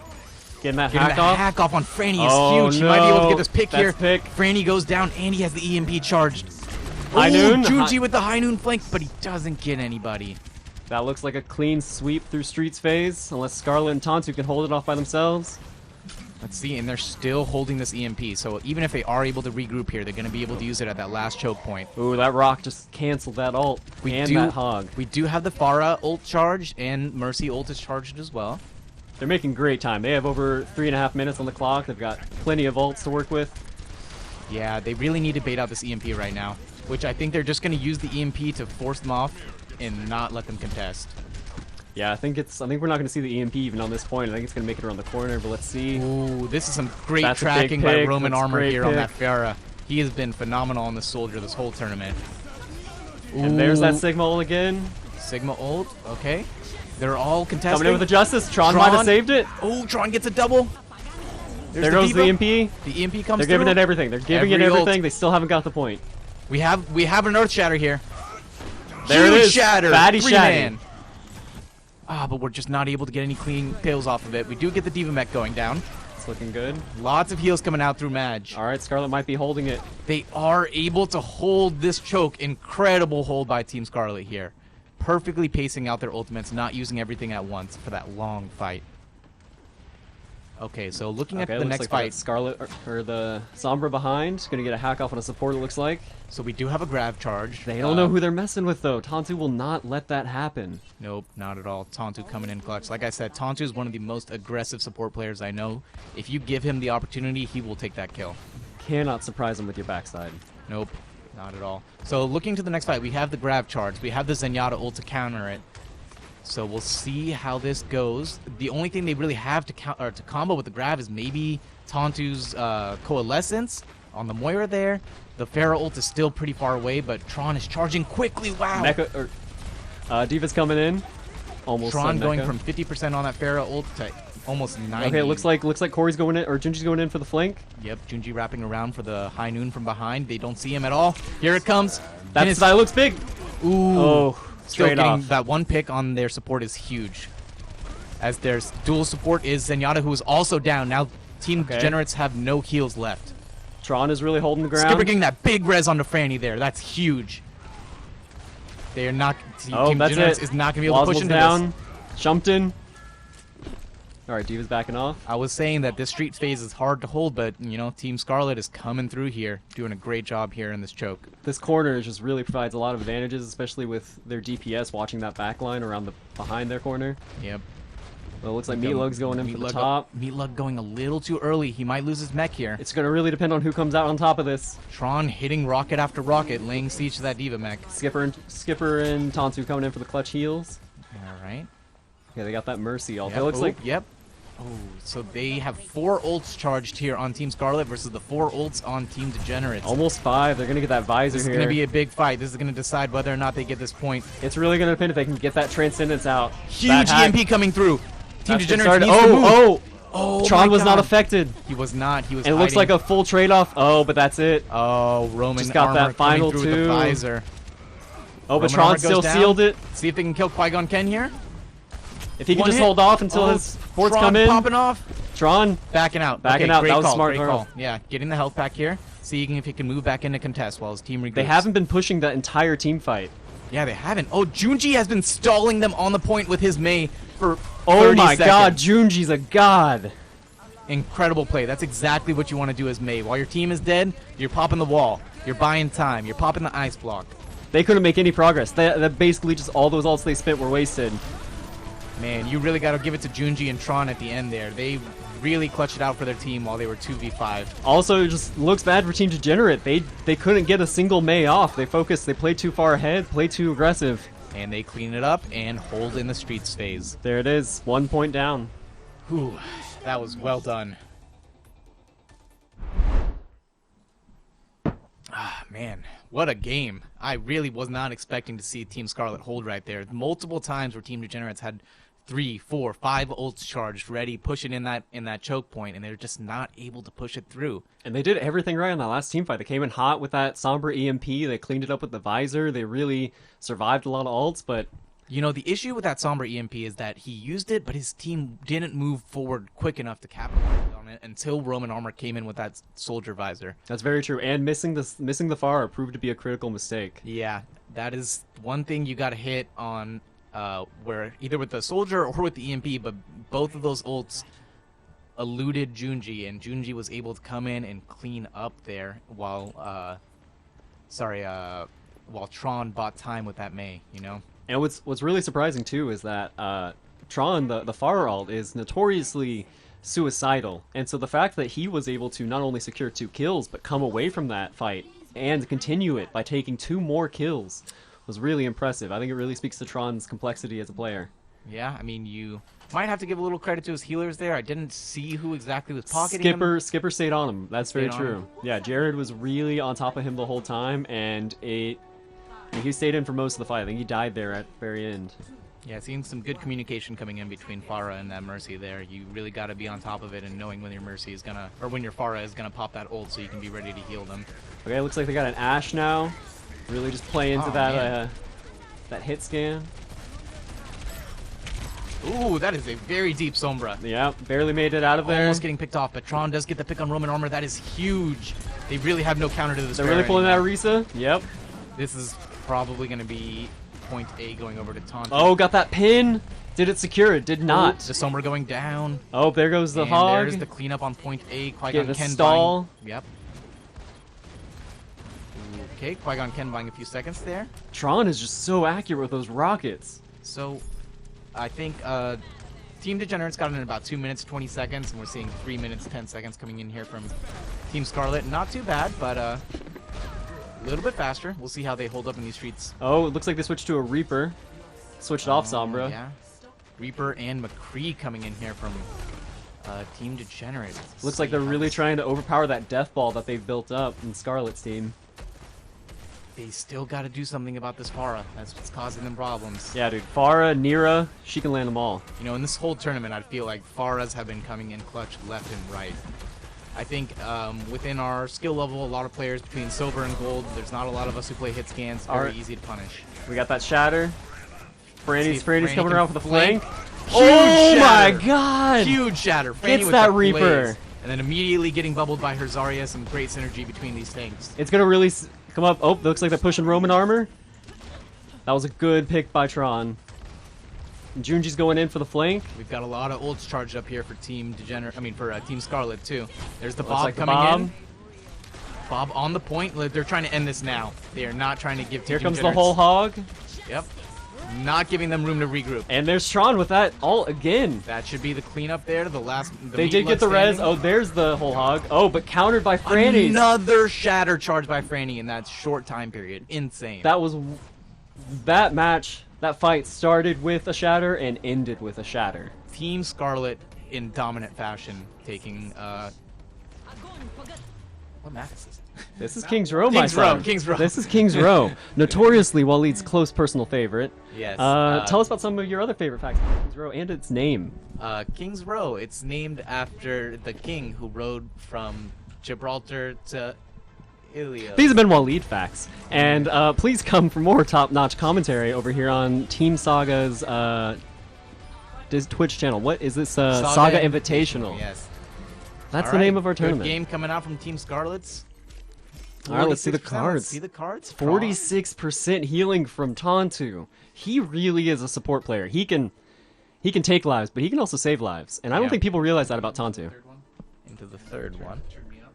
And then also not touch my keyboard. And then go and tell me when to stop. Is this up enough? That's good. Okay. All right, guys.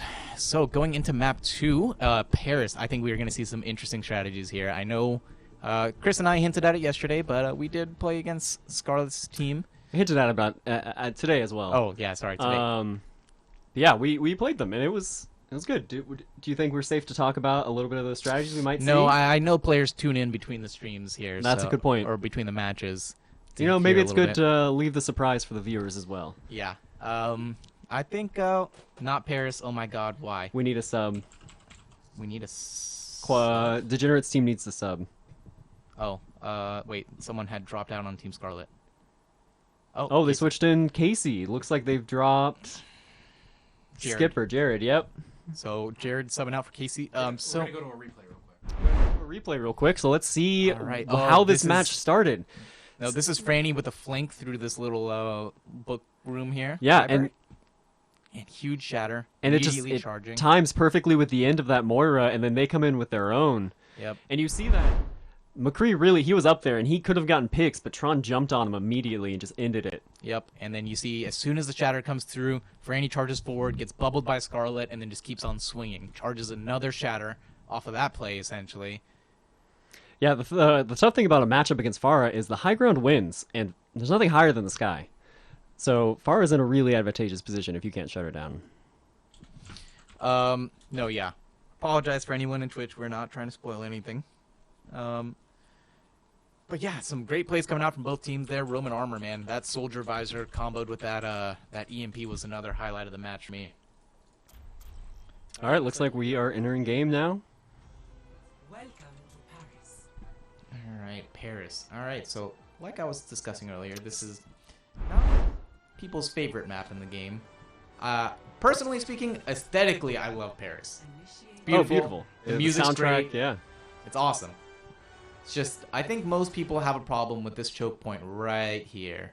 Yeah, I think what we're doing now, as the camera's flying around, I think is the best part of Paris. I think if you could just explore it, no killing.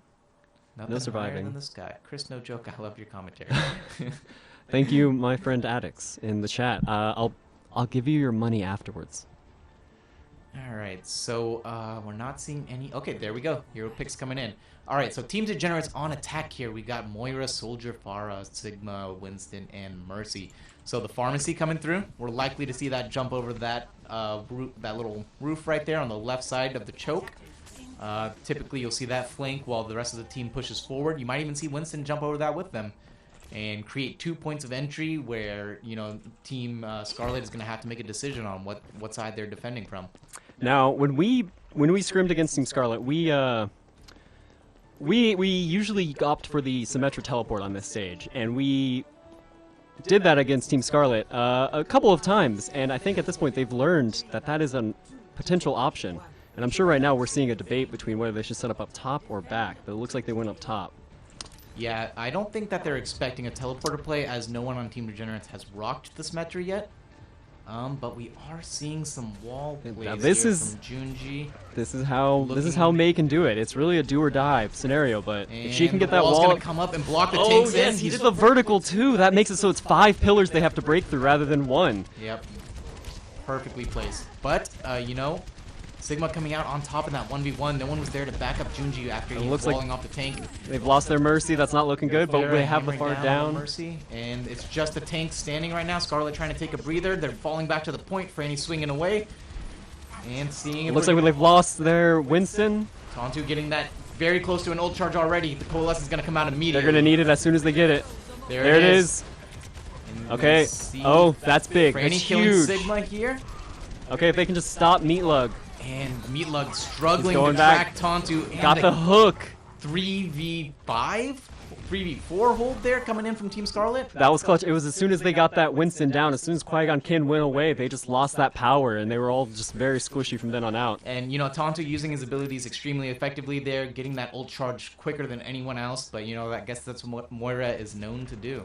And he's got the shock skin, it looks like, so he's playing some big shock energy right now. Alright. So that's pretty good So on his side. Junji learning from his mistake, I think, and trying to play a little back since he doesn't have the rest of his team in that room on the right. Oh, but they got the Sigma. That's Getting the huge. wall. Oh, we can get in the cafe and go around. Oh, Junji going deep for this Junji kill. back up. And Junji backing off, you know, not going too greedy there. They're looking for another wall as soon as it's up. They're trying to get the freeze on Winston, but the bubble comes down. Winston getting supported by the Pharah and the Pharah Mercy. and the Mercy, but look. Oh, that hook. Oh, that wall saved it. The Pharah ult is ready. They're looking for the kills here. It looks like they got that Mercy right after she got the res, so they still have a support up. Falling If back to Tonto the can stay point alive. again, but But this Roman, is not looking good. Yeah, Roman's Pharah going a little uncontested here, able to get these picks. Scarlet trying to do solo holds. They're just trying to buy a little more time here. He did push out that Sigma ult. Okay. Junji's down. Scarlet, that's it. So I personally think that this map definitely favors the attack. But, you know, Team Scarlet buying a lot of time there and not looking too bad. However, we have to point out the 4 ults charged on Team Degenerates there. Yeah, I mean, they do have the May Blizzard, and it looks like they are close to their second DPS ult, but And- everything's just a little bit off. Yeah, both of the DPS ults charged for Team Degenerates here, so we are likely to see these coming in here, looking to see if we're going to see the Pharah flank or everyone's just pushing down mid. Yeah, it looks like they're going mid, so this map, it requires a lot of team communication because of the different avenues you can take, but Yeah, there are definitely Okay. 3 lanes of entry here, but Starting off strong Pharah with that going for the Mercy. ult.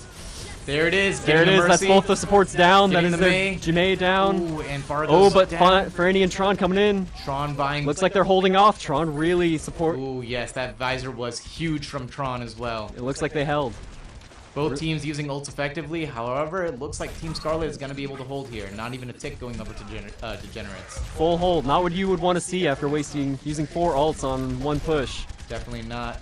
Especially with they have 2 more ults on Scarlet's team about to come live. And you know, a great stagger coming there onto their Sigma. They are not letting Team Degenerates regroup for free here. No, not at all. Playing Yeah. offensively when they need to. Such a radical shift in the ult economy just happened before our eyes. Yep, you know, Team Scarlet here, charging 3 ults pretty quickly, and they get the hook. Oh, but that saved it. Looks like the Ooh, wall May off. coming If through. they can See get the if they can Winston. kill the Winston here. Unable to confirm that kill. All right, but they are making that full push in the left side. Yeah, they are. Team Scarlet backing up, giving them some room to heal up. Tonto popping the ult so he can get Really some heals focusing on that himself. Winston. There. Winston's low. See if they can finish off Tron here. Huge Oh, shatter that's coming huge. through. Focusing that Sigma. Tron going down. Junji very low. Man, Franny's coming in. rest oh, coming in. Not worth it. The res denied. Oh my god.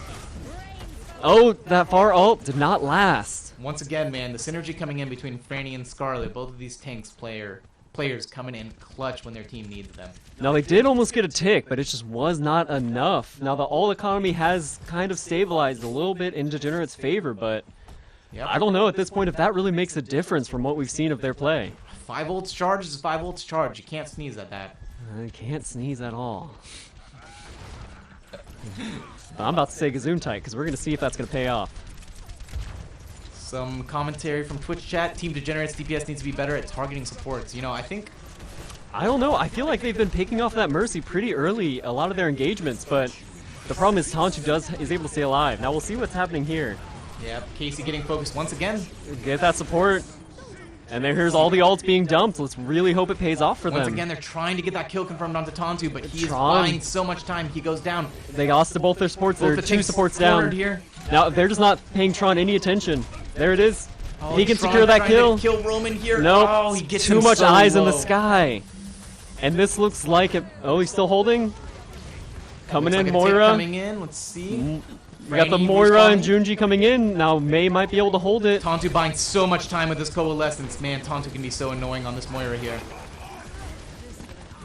And Now that we're seeing that Rhine is low, if they can keep Franny up, that might make the difference. So here's where the respawns Not are coming in there. on the defense, and they switch to a Bastion. Can they keep him up? Tron getting Not damage. enough, not enough. Get the... But they're still holding it. They switched to Ball, too. They are, and you know, Team Degenerates has a lot of ults charged here. Roman armor Getting going that in. res off. Getting Scarlet's rezzed. going for the cheese. Getting the tick. 5 still grouped on the point. 2 ticks. Can they get Okay, back? here? Franny's getting pushed off. She's got that stall. And 1. Now they got that bit Mercy away. ult. And this looks like it might be it. Someone is still on point. Who is still contesting? They're not paying attention. They're wasting down the clock. 30 seconds. Oh, it's a Tracer. And I That's- think that's going to be it. No, the ball made it on as ball Franny's on the coming in. point. Franny's coming around the corner. Franny charging back in. Team Scarlet doing such This a great might job. make it into overtime.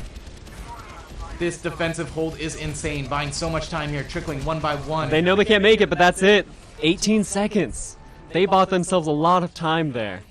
They did, but unfortunately they were not able to hold point B. So this will have to go to another round if Team Scarlet is able to take both points here. And, you know, I think that, like we hinted at earlier, Team Scarlet does have a plan for this map, so we'll see if they can execute.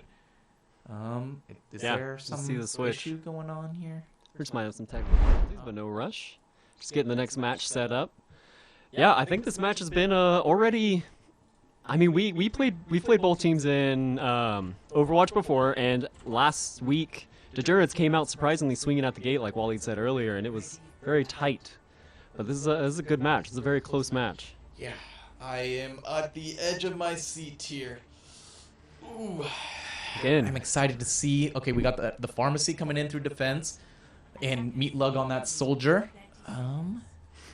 And what are we gonna run here? oh, interesting. Oh, I think Symmetra play. they're taking a little bit out of Walid's playbook here, out of our Saga. We're getting a little bit of a nod, maybe. So we did play against Team Scarlet yesterday, and we ran a Symmetra teleporter here to bypass the defenses on the high ground. But they do have the Pharah Mercy over here to scout it out on the right, so maybe this won't be as clever. It could be denied. They just need to teleport and then rush onto the point and set up the Symmetra the turrets on the point and force a brawl, essentially. Yeah, it's really going to depend a lot on communication and a lot of luck on their side. You know, if anything just does not go their way. But look, they are pulling it off. There's the teleporter, right onto and the everyone Sephara. teleporting in. Now And they just need to go. They are need to run fucked to up. the point. The turrets, Symmetra turrets have been placed. When they drop down, they're getting zapped. Ooh, Scarlet Me, or not Scarlet Me too. The Qui-Gon Ken getting his bubble off. Okay, looks like they got a pick on the support already. See, now they've changed it up to where they are now defending the point against They're their team. trading blow for blow. It's still an even match here. Brig coming in, being Ooh, aggressive. high charge on that Zarya going down. And Now who do we have? Who do we have there flanking? They got the the- Pharah still up. The soldiers still yep, up, Pharah going down. and not enough. clean execution from Team Scarlet here. The Symmetra teleporter, it's so quick, and you can't see it coming. By the time you see it's happening, it's too late. Jamie, are you proud? You know, we ran that Symmetra teleporter against Team Scarlet 3 times yesterday, and even when you see it coming, it's very hard to defend against. It is, yeah. You have to be able to respond very fast, and it can just take you off guard and really just change up the dynamic of who's attacking and who's defending. But, you know, All right, looks like we're going in mid now.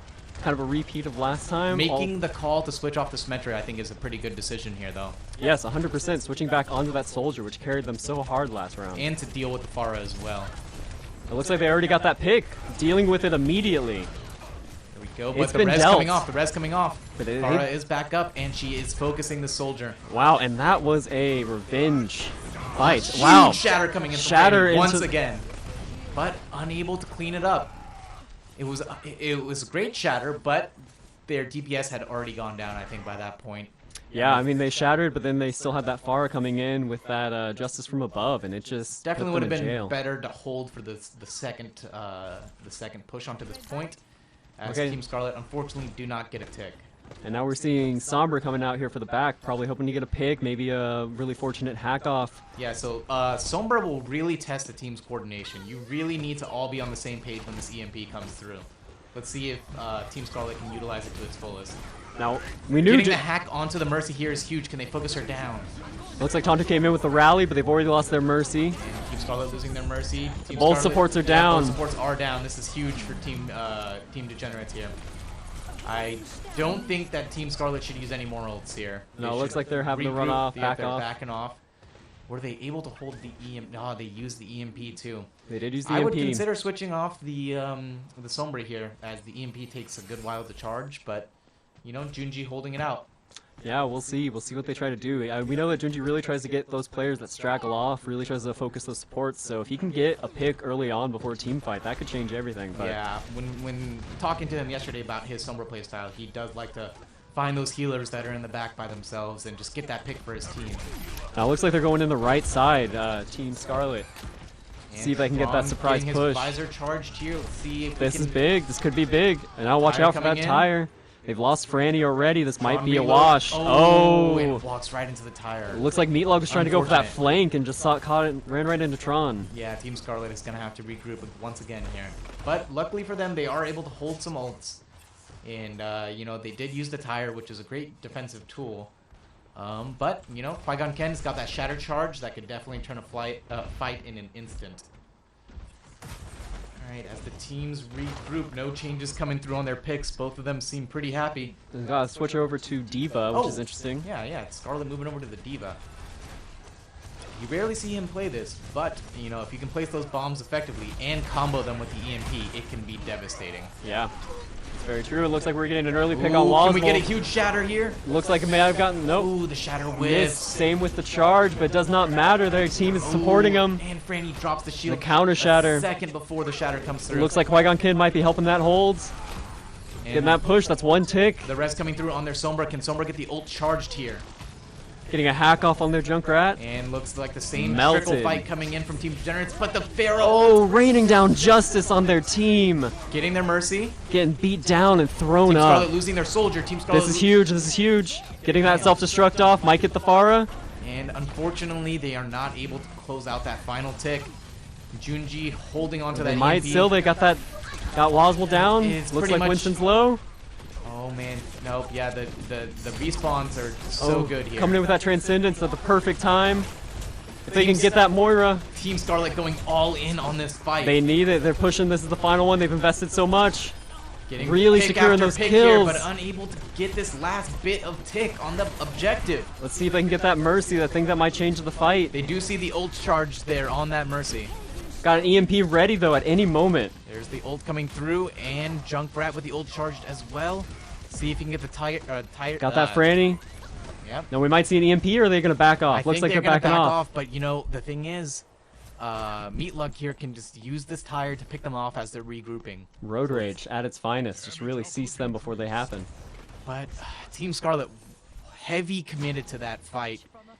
And, you know, I think it might cost them here. They might not be able to get this final tick with the ult economy the way it is, but, you know, Team Scarlet has some great players, so we'll see if they can execute this final push here. Yeah, let's see. It looks like they might have one last engagement. This might be it. Looking at 1 minute on the clock. One tick. And they are focusing that shield down hard. Franny losing it immediately, trying to recharge before pushing in at the end. Running back and and they find lost. the pick on Kacie there. They did get out the Winston ult, but that looks like it got the secure on Tantu. That is huge. Both of the healers going down, and this Winston is deep and not getting punished. You know, this is a theme He that made we've it out. seen with all three teams in this, where I think we've done a poor job protecting our supports, you know? You gotta watch your back line. Winston going in and being able to get those picks like that and leaving unpunished is huge. Now let's see. This EMP is going to really be what they need, but they've staggered that Zenyatta pretty heavily. You know, but they are playing against the EMP very well. They have members of their team spread out very hard, so there's no way he's going to get a 6-man EMP. But It could looks he like get there might get 4? If he can get that far and Mercy, I think that's going to be huge. This Go could go be go huge. go go! Oh, Ooh, his team isn't ready to capitalize on it though. You So just- he's having to hold it. watching the opportunity and There not it being goes, able to getting say the Pharah, anything. getting the Pharah. Transcendence and EMP at the same time. They really want to secure this fast and hard. Oh, Got the that Mercy shatter. is still down. Got that secure on the kill. 3 kills coming in, huge for Team Scarlet here. They're just getting the sample pack. They got one of each. Can they close this out? Let's see. Franny, she's playing really defensively. I don't know if that's what she needs to Getting be doing. Tron down, but we get the res back onto Tron. If they can get this Moira, The respawns are coming in. Moira's the trickle, slippery. The trickle is back. All 3 of those kills they got earlier back. if they can get that Mercy. They did not. They lost theirs in and the exchange. Diva But the Diva ult was Diva ult from huge. Scarlet coming in. Another To sample. close that out. Scarlet Mewtwo, man. He really did give his all to the team. He wants to win this. He is not willing to walk away without a fight. What else can you say but Scarlet Mewtwo? Oh, this is the wrong. You can say he's good, and he is. Honestly, I think he's probably the best tank player in our group of friends here. Yeah. He's Possibly. coming in clutch the hooks, with the diva bombs. But you know, I gotta give props to Franny with those shatters. No, Franny's been doing great. I think they've each settled in their roles well. I think Franny plays like a main tank. She's really defensive. She knows when to engage, when to back out. Yep. And Scarlet's over there as an off tank, just fully supporting, drawing a lot of that attention. You know, just really putting his body out there and just getting all the enemy's eyes on him. Yep, he is doing a great job. And you know, Franny doing pretty good with the shield management too. You know, dropping that shield when she needs to, recharging it, communicating with her team so no one's dying when that happens. Yeah, I'm seeing a lot of really good plays. And then, I mean, Degenerates too, they've been really holding out their all. Now, they do have a switch over to Bastion. It looks like they're just going for a full hold with that Bastion Orisa comp, double bunker. Now, we are seeing a familiar lineup come out of Scarlet's team, and this might be the play that Walid and I were expecting from the beginning. So, yeah, so we're seeing a Bastion composition here, but without, in my opinion, the key point of a Bastion composition is to have that Baptiste, you know, that lamp to protect the Bastion, and they are expecting Team Scarlet to rush back onto the point with that teleporter again. Yeah, and they're they really are ready expecting for it. Now, it's going to be really, I think, come down to if Junji can shut down that Bastion. The sooner you put them down, the more likely they are to take the map. So what we're going to see here is all of Team Scarlet jumping over this wall here. And they have the very perfect answer for the unpredictable Bastion comp. with the Genji if they can get that Genji in Bastion's Now, they face. do go in the Winston, so let's see if he's able to play around, and he is not, just melted down. Getting the reflect Genji off getting right, exactly what he needs to do. but they're the getting that coming through on the res. Bastion. That's Okay, pretty this huge. might be a wash. This might be a wash for Team Scarlet. They just a might reset. need to reset and think about what they just walked into. They're switching over to the Sigma instead of Winston. But do they have the time? 20 seconds on the clock here. Team Degenerates is just not letting themselves be surprised by anything right now. They have taken off the blindfold, and Yep, they're so just Team holding Scarlet down. has gone on the left flank here, or the right flank here. Okay, 10 this- seconds remaining. They have to get on the point. Now, Bastion has been hacked. That is huge. If they can secure the kill, that will secure it. It looks like they were not able to, so Bastion is back down in position. Oh, and Roman almost going down, but his healer's topping him off. Genji on the Bastion, getting the reflect. Milog's not paying him any attention. There it is, but too late. There's still 5 in this room for Team Scarlet. The overtime ticking. And that is unfortunately, no one it. gets on the point. Well, It's- that's a full hold we're seeing from Team Degenerates. They really did not give any ground. Ooh, well played by Team Degenerates, you know.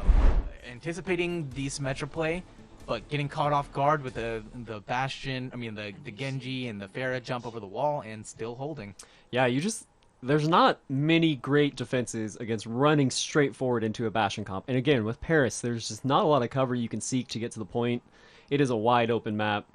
Yep, and we'll see what Team Degenerates pull off. So they have seen the two compositions that Team Scarlet has run to bypass that choke, and we'll see if they utilize any of that newfound knowledge to you know, skip over, or if they're gonna decide to, Okay. Looks like we're seeing a similar composition. Looks here. like we're seeing a bit of a mirror. So you see Meatloaf going the Genji because he was on the Bastion last time. So he must be expecting them to repay in kind, which looks like they are. I'm seeing a very similar lineup, but they are opting for that Baptiste lamp. Yep, and the Symmetra as well on the defense here is probably gonna catch them off guard if they dive. Yeah, this is a very... This is like Team Degenerates comp, but almost a more defensive, more cancer comp. Let's see if Junji puts these up here. Looks like he's looking where to place the turrets, and that's great positioning for those turrets because they're gonna catch Team Degenerates off guard when they hop over that wall. And it's going to let them not be surprised either. That information is key. And looks like they are grouping up over here. It looks like they might go over that wall. Farah they're trying to time this to get all the pressure on there together. And there's nothing scarier than looking face down to a Symmetra orb. It looks like they are going over that wall. And the dive coming through here. Oh, Looks like they're Genji trying was to not able to execute. make it over. That is going to be a stagger from the Genji. And on the Farah. So both their DPS have been slowed down by that one turret. Yeah. That is huge. Both tanks down. DPS coming in late. Support's And, not yep. making it out. Genji's know, still in the back line. That Symmetra play, the Symmetra turret was placed perfectly. We definitely spread out their dive there, and they weren't able to execute that properly. Yeah. Definitely getting staggered. Who would have thought a 25 HP deployable would have made a fight And that you know, much? this is a mistake from Meatlug that a lot of players tend to make, is trying to stay alive rather than just suiciding and regrouping with their team. Though being Genji on the back end is good. Like he's able to wait for his team to come in and then dash in or poke at this Bastion here. Yeah, which we're seeing right now coming in from that left door. But honestly, he doesn't have enough DPS to really kill the Bastion. It's just Genji. He's going to focus that Bastion right now. Let's see if he's Deflect able to. coming He's through, not. but he goes down Toronto's able quickly. to. They've lost their tank. Ooh. Qui-Gon That's Jinn with huge, the charge. And he saved himself as well. The res onto the Bastion, though. Let's see if he can get back in turret form. Okay, this might be switching. They got their tanks are down. They've got the Bastion in turret shatter. form. Tantu getting those picks off. And I think we're looking at a draw here, ladies and gentlemen. Wow. Wow. Who would have seen that coming? We were not joking when we said this was going to be a close match. Now, none of us predicted a tie, but... You know, it happened to us against Team Degenerates as well. We got a draw on one of the maps. We did. We did get a draw on our second map. Rising? I don't know. I block out my failures So, in you know, life. this is the second draw that Team Degenerates has earned in this Saga Invitational so far. And we were getting some commentary from the players. It looks like Scarlet Mewtwo is just saying this map is a wash. It's like it never happened. And I think both teams are happy to move on past this. You know, once again, you see Tantu and Scarlet Mewtwo in those cards coming in clutch. Again, and they're we just... see the Mercy and Winston from Team Degenerates. Now let's see if they're going to get any substitutions here.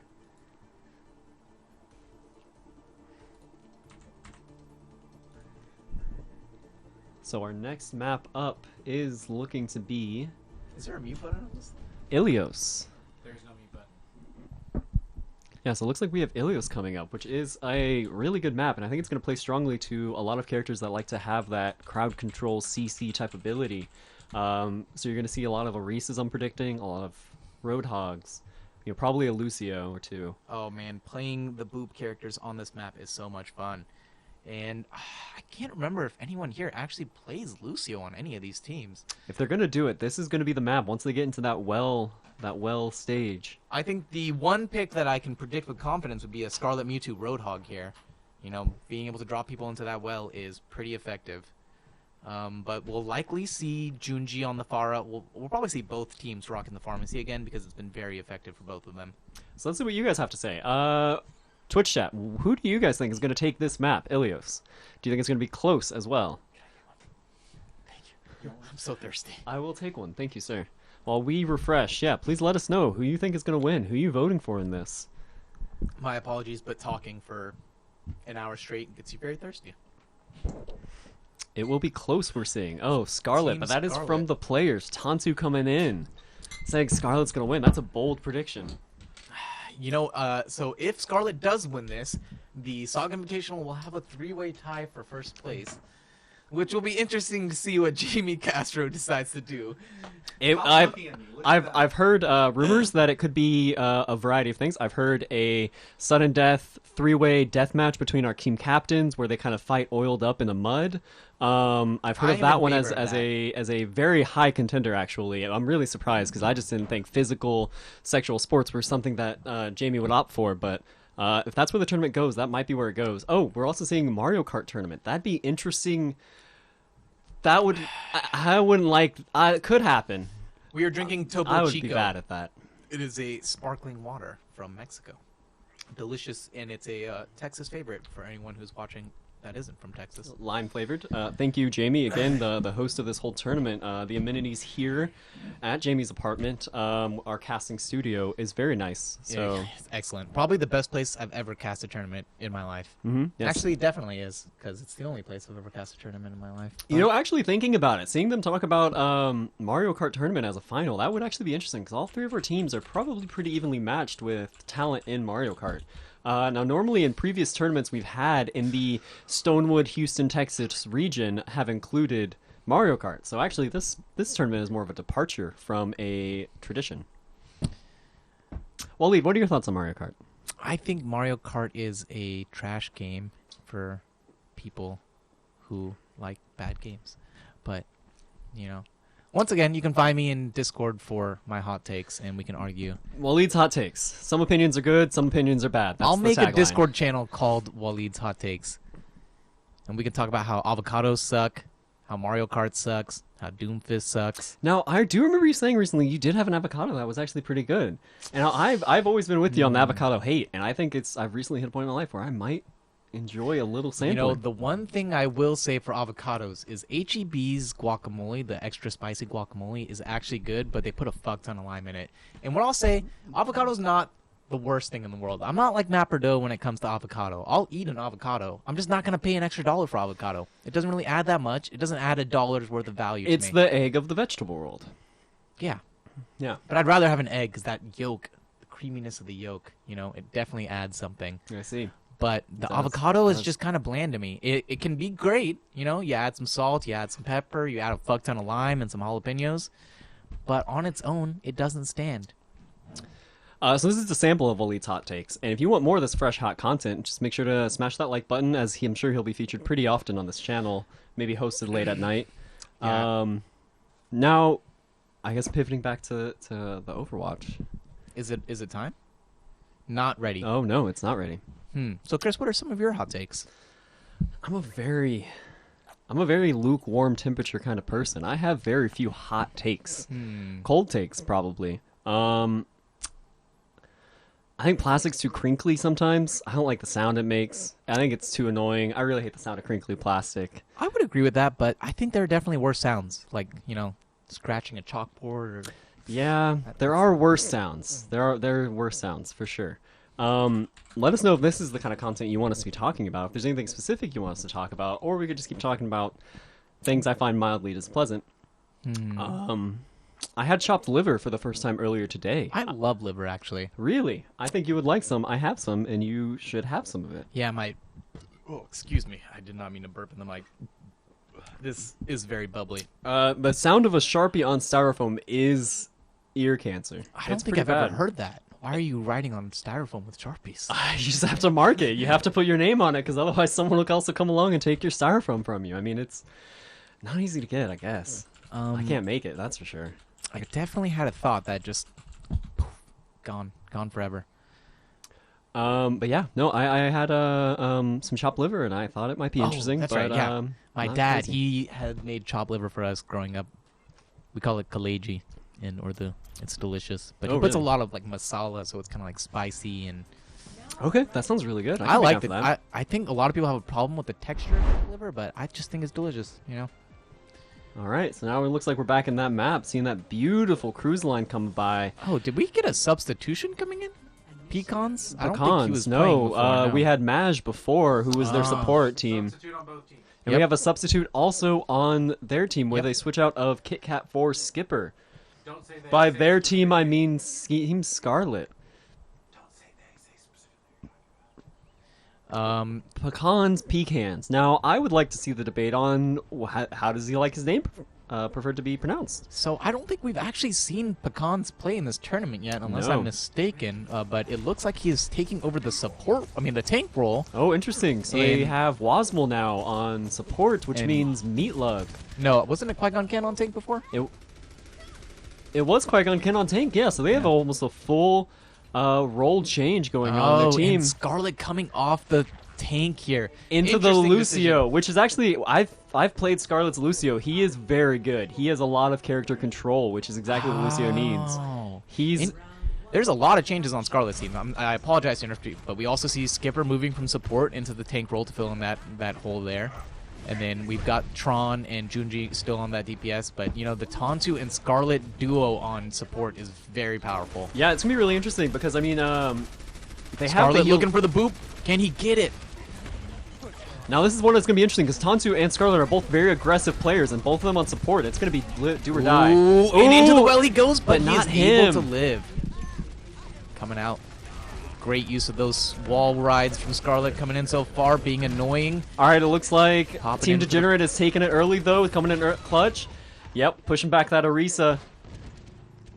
All right, it looks like Team Degenerates has it secured. Scarlet retreating there to regroup with his team. Great decision making. And we'll see how long Team Degenerates can hold this point here. Looks like they're doing a great job spreading out their defensive line here. Got eyes on both sides of the map, and Roman Armor scouting it out. Yeah, Team Degenerates is playing a great comp. I think it's very balanced. It has a lot of flexibility. And Tron getting in right behind them with that Sombra once again, looking for those hacks and those straggling picks. Oh, and the Pharah is just not letting that Lucio operate. It's not giving him the space he needs. But you gotta give Franny's credit for low. Scarlet staying alive there. 6 rockets coming at his face, and staying alive on that Lucio, being annoying as ever. Yeah, it looks like they And got... the huge pull almost gets them almost into the did well. it, but it looks like Arisa's punished instead. And Franny Franny charging going in, in, but getting pulled nothing. back. And This is getting not picked off. looking good for Scarlet. They are scattered. They are not coordinated. You know, Team Degenerates doing such a great job pulling back just enough and baiting Team Scarlet into that choke, crushing them, and then going back onto the point. Oh, it looks like they've discovered the Sombra. Now Sombra's out of position.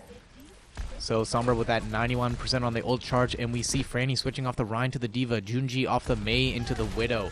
Now this Big is just not changes. the same Scarlet team that we were seeing in the last match. Oh, we apologize. We accidentally hit a key.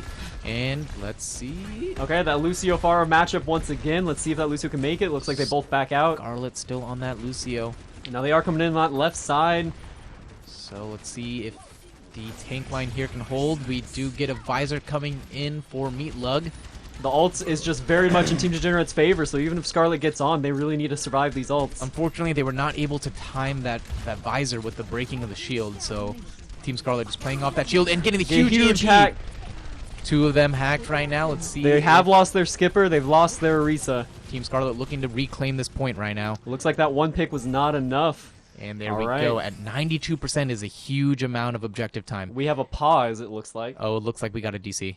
And, you know, Jamie coming in clutch with that immediate pause. Yep, Good job, that was Jamie. great timing, right as the match is resetting, or the point. Shout out to our camera operator and our tech man, Jamie Castro, putting this Host. whole thing together. Internet dropped, connection wows. All right. Okay, and we are just going to go ahead and talk about some more annoying noises. So, you know, what else is really bad? Sharpie? Sharpie on styrofoam. If this was not mostly an audio medium, and if I wanted to punish you guys, we could just demonstrate that now, but that would be bad. Let's see. I know Jamie Castro. I was the best man at his brother's wedding. That is from Whisker Fisker. You know, congratulations to Josh Castro for getting married, by the way. Yeah, he's in this. It's a very personal fight for him. You know, he's doing it for honor. He's doing it for family now. Mm-hmm. His wife on the sidelines cheering every day. Yep. Oh, Josh isn't He actually is not playing. playing right now. No, this is a metaphorical victory. This is a symbolic victory that Josh is looking for. Because a team operates as a unit. We are all one mind, one soul, one body. And we got Shumpton duct taping his router back together now. So don't worry, ladies and gentlemen. We will get back to this very quickly. Okay, so looking at a lineup here, seems like yes, we do not have Josh Castro playing. Scarlet more toxic than my Sonic. Damn, Scarlet. Wow. You gonna take that shit? All right, so looking at this, I'm just very surprised to see that Team Scarlet decided to pull him off of the tank role because his Roadhog has been incredible the entire tournament long, and many of these maps on Ilios, I think, are pretty good for Roadhog. You know, Yeah. it's a lot of skirmishing, a lot of brawling, lots of opportunities to, you know, flank and get that pick on the healer when you need it for your team. But, you know, Scarlet's Lucio is also pretty legendary, so... Yeah, I think he's just really hoping to get those boops off, but I think so far the Pharah has just been really keeping him in his cage and has not let that Lucio kind of get the picks he needs to be getting. And right now, I mean, he does have an AoE heal, but at the same time, he is being chased around this map and just almost completely zoned out, which, I mean, yeah, you're losing a Pharah as well in the pursuit, but I think the exchange of a DPS and a support is pretty much in Degenerate's favor there. Yep, and I think I got to give more credit to Roman Armor. You know, every match I've seen him in, he is just, like, when he was playing against us on that Soldier, when he's playing on this Pharah, he has been getting those picks on those supports, you know, focusing the squishy targets and just getting those kills confirmed for his team. So... You see Tron running that Sombra again too, which is you know, I think it's the same thing as the Lucio, just does not have the chance to really pop off. You see that big AMP, which did secure them the point, but I mean that came after 92%, and before then I almost wasn't seeing that Sombra engaging at all. Yeah, so I would say that Scarlet's team is very high skill, high reward composition here, where you really need to capitalize on the Widowmaker, you need to capitalize on the Sombra, because those are not high damage throughput characters. They're not going to be breaking shields. They're not going to be, you know, busting tanks down.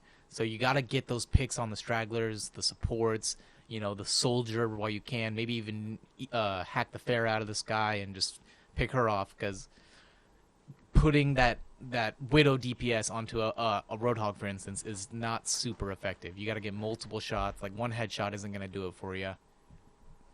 So, Yeah, I think just Team Degenerates, they're running just a really solid comp. I mean, most of their team just has a lot of flexibility with the composition they're running. I mean, like Walid was saying, that Roadhog is just, he can soak up so much damage that, you know, Junji on Widow cannot put him down. Yeah, he could try and get the Mercy or Zenyatta, honestly, any of the other ones, but we just have not seen those plays happen. Yeah, I think we could get some Fs in chat for the internet. Yeah, it's pretty sad. Bad Sad PC story. bad. There's a bad PC emoji. Man, Twitch has so many more emojis now.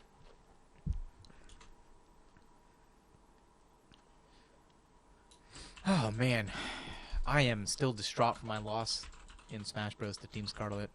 Yeah, let's talk about that. Who did you play again? You played a couple people in the beginning, right? Yeah, you were so the starter, I actually. was able to get 3 stocks off Kacie, 3 stocks off Gered, and then 1 stock off of Junji before choking and killing myself. Oh, I'm sorry, Junji. I apologize for not mentioning the Pharah hit. That was critical. That was good. But we'll see. We'll just see how this map progresses. You know, we'll see which way this sundial turns as sundials turn.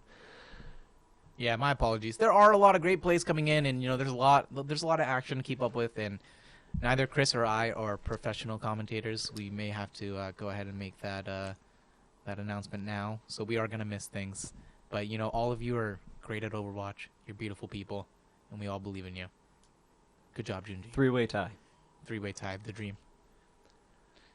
Yeah, so I mean, you did lose that stock as young Link. I think that really did seal your fate a little bit in the beginning, but Yeah, you know, I started playing around that final smash, getting in my head, and I was just trying to play hyper aggressive to try to force that second stock, and I choked and fell off the map.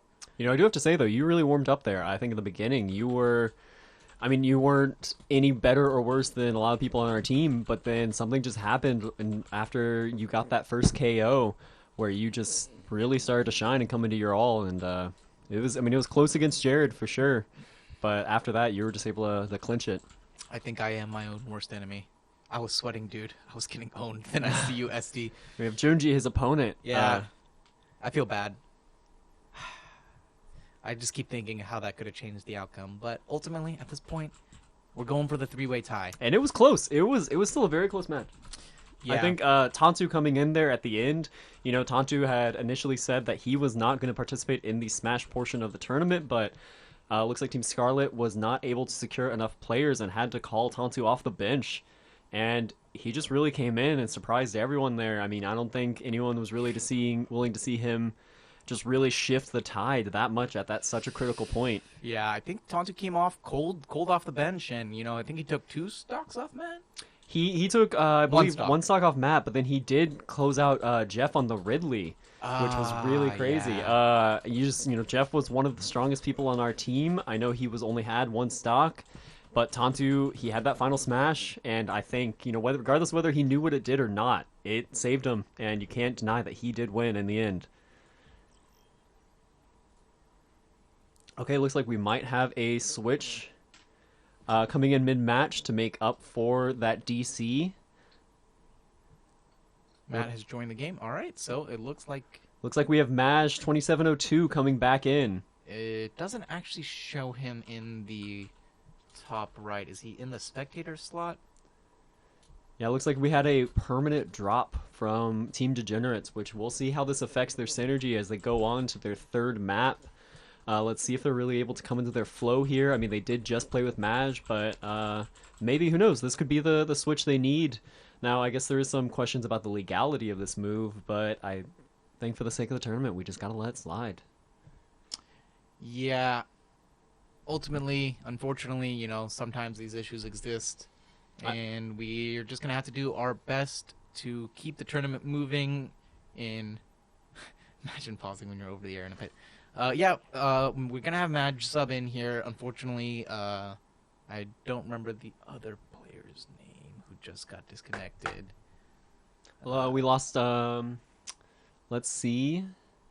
We lost Superman. Oh, yeah, Superman. He's been playing Sigma and Tank for Team Degenerates all day. Yep. He has been their reliable Sigma as well as other things. He's been doing very well. So this could be a pretty critical switch because they did have Maj and Pecan switching before. So we'll just really see how much of a critical anchor point their Sigma tank was. Looks like both teams are ready, so I would like to ask both teams to go ahead and leave Twitch chat, please. If you're still listening to us, go ahead and leave. We're Yeah, about go to ahead and get back resume into the game. Want to make sure you all are 4, ready. 3, Tantu, 2, that 1. includes you, sir.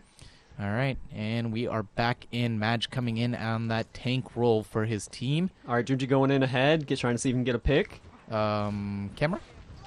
We're just There getting back we set up here, but let's go. see the action. And let's see, Junji looking for these picks on the Widow. Let's see if he can pick off that Pharah once again. Looks like that Sombra is really just hassling them from the back line. That's pretty big. Now, we did get Mr. Shumpton back on, but it looks like he is going to have to be sitting out this match, at least this round. And let's see the Zen looking for picks here in the top right. And Junji getting another pick onto Meatloaf. That is huge. That is huge. I take back my words. I mean, this might be exactly the plays they need. Could we switch to some Widow Cam for a second? I just want to go in and see what it's like living in his world. And he gets the ult gets the off, and he's sights. looking to pick this Pharah right now. Let's see if he can get this confirmation. He's using a lot of this time on this Ooh. ult.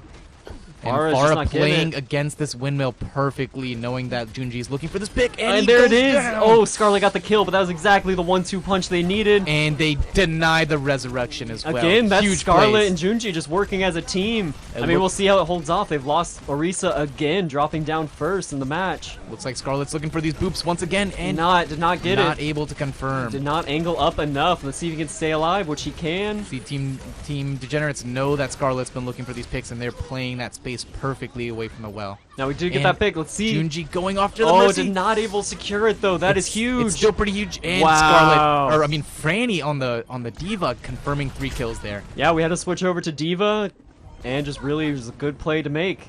Junji is coming in clutch on this Widow, man. Let us see. Can they regroup in time to contest this? 92% coming in from Team Scarlet. It looks like this pause is shaking up Team Degenerates a little bit. Yeah, this might have been a bad play for Team Degenerates, and you hate to see it. Oh, and that's round 1. I mean, whether that was how it was going to shake out or not, once we had that DC, we don't know. But this is the reality we're living in, and we can't go back. 2020. So glad we didn't restart. Can we have our last? Yeah, let's see. Let's hold up and see what our management team decides if they are allowed to sub in their Sigma or not. And Maj go ahead and he dropped out of the game, trying to get their Sigma back in. Mr. Shumpton. We've got another pisser. Okay, so it looks like there's breaks coming in from both sides yet again. We really need to, keep these matches rolling. So if we can refrain from taking breaks mid-match. Yeah, this is a Tantu play, and I think Scarlet, Tantu is he's a typical DPS player mentally. I mean, he's a loose cop. He's a rogue agent. He's got nothing to lose, and I feel like Scarlet Is needs it to Tantu? needs to It rein was him Tantu in. taking the piss. Yeah. Tantu is a notorious pisser. He takes pisses on all of us all the time. Yeah, I mean, he's a guy with a chip on his shoulder, fresh off the block. So Scarlet bragging about winning a game where someone's internet crashed. Twitch chat coming in savage. All right. Overtime. yeah, I think no matter how this plays out, I think that last round, depending on. You have to read me a lot of what's over there. It's hard to see from this angle. What are you trying to? Oh, okay. I'm sorry. You Are they need. ready? Oh yes. Wait, hold on. Both teams. Both yes. teams. Can we get a ready From team captains, please. Team captains, can we get a ready? I don't think they can hear you. Oh, DC's happened. Okay, I think they are ready. Yeah. We're We'll not see seeing if any they- complaints in chat, so Damn, chat is so peaceful when Scarlet is gone. when you mute Scarlet, wow, it's getting toxic over here. I think, personally speaking, and I've watched esports and competitive, normal sports for a long time, and I just think it's more interesting when there's trash talk. You gotta put something on the line. You gotta put a little bit of yourself out there. Yeah. And I think, people might get offended with the BM, toxicity, and all that, but at the end of the day, we're all here to have a good time. Talking a little shit makes everything a little more fun. That's all I'll say. Let's see. Okay, Junji sticking with that Widow and already getting some damage off. Yeah. See what See they where can this goes. do. Now Team Degenerates is running that Mei to really work on these walls. But otherwise, And looking Mei like the looking same comp. for the right click onto the Widow, trying to pressure him off of the high ground. Now it does look like Team Scarlet might be holding on to the point. Franny packed with the Discord on her, getting chunked out down to half, but she is able to get No back. picks yet. Let's see if anything changes over Junji here. holding down this Pharah, and Pharah has moved off, and Scarlet Ooh, getting Roman getting armor. the melee kill onto and Pharah. that might have cinched it, getting that headshot off on Zenyatta. Huge plays coming in from Team Scarlet, but they do get the res back up, and both their healers are here on Team Degenerates. Let's see if they can make a push. And whiffing the hook there onto Scarlet Mewtwo.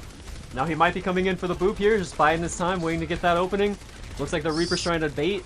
Scarlet Might be amping kiting it a little up, bit. healing up his Reaper there. And possibly it. Team No, Degenerates almost got that still boop. don't know that Scarlet is right there. Let's see if He's he can get looking something. for the boop. Oh, and that so close. Not. Just a millimeter off there, you know. Well, it wasn't wasted. He did get off some great heals in that position. He was hidden. Yeah. Now it looks like they are coming in with the And blizzard. the May ult coming in from Meatlug. Did he get zoomed? What happened? Did he get? We actually don't know. It looks like he might have thrown it through the window off out the back. Yeah, I didn't see that in the kill feed. It looks like he just got it thrown off the ledge there. Yeah, it was not eaten. So Junji looking But- for the and- picks here on the point, getting the. Oh man, getting Tron the coming Roadhog. in with that Mayblade. No, not Junji on Mayblade. fire here. That Widow coming in clutch for Team Scarlet. Looking for more picks as Team Degenerates try to regroup here.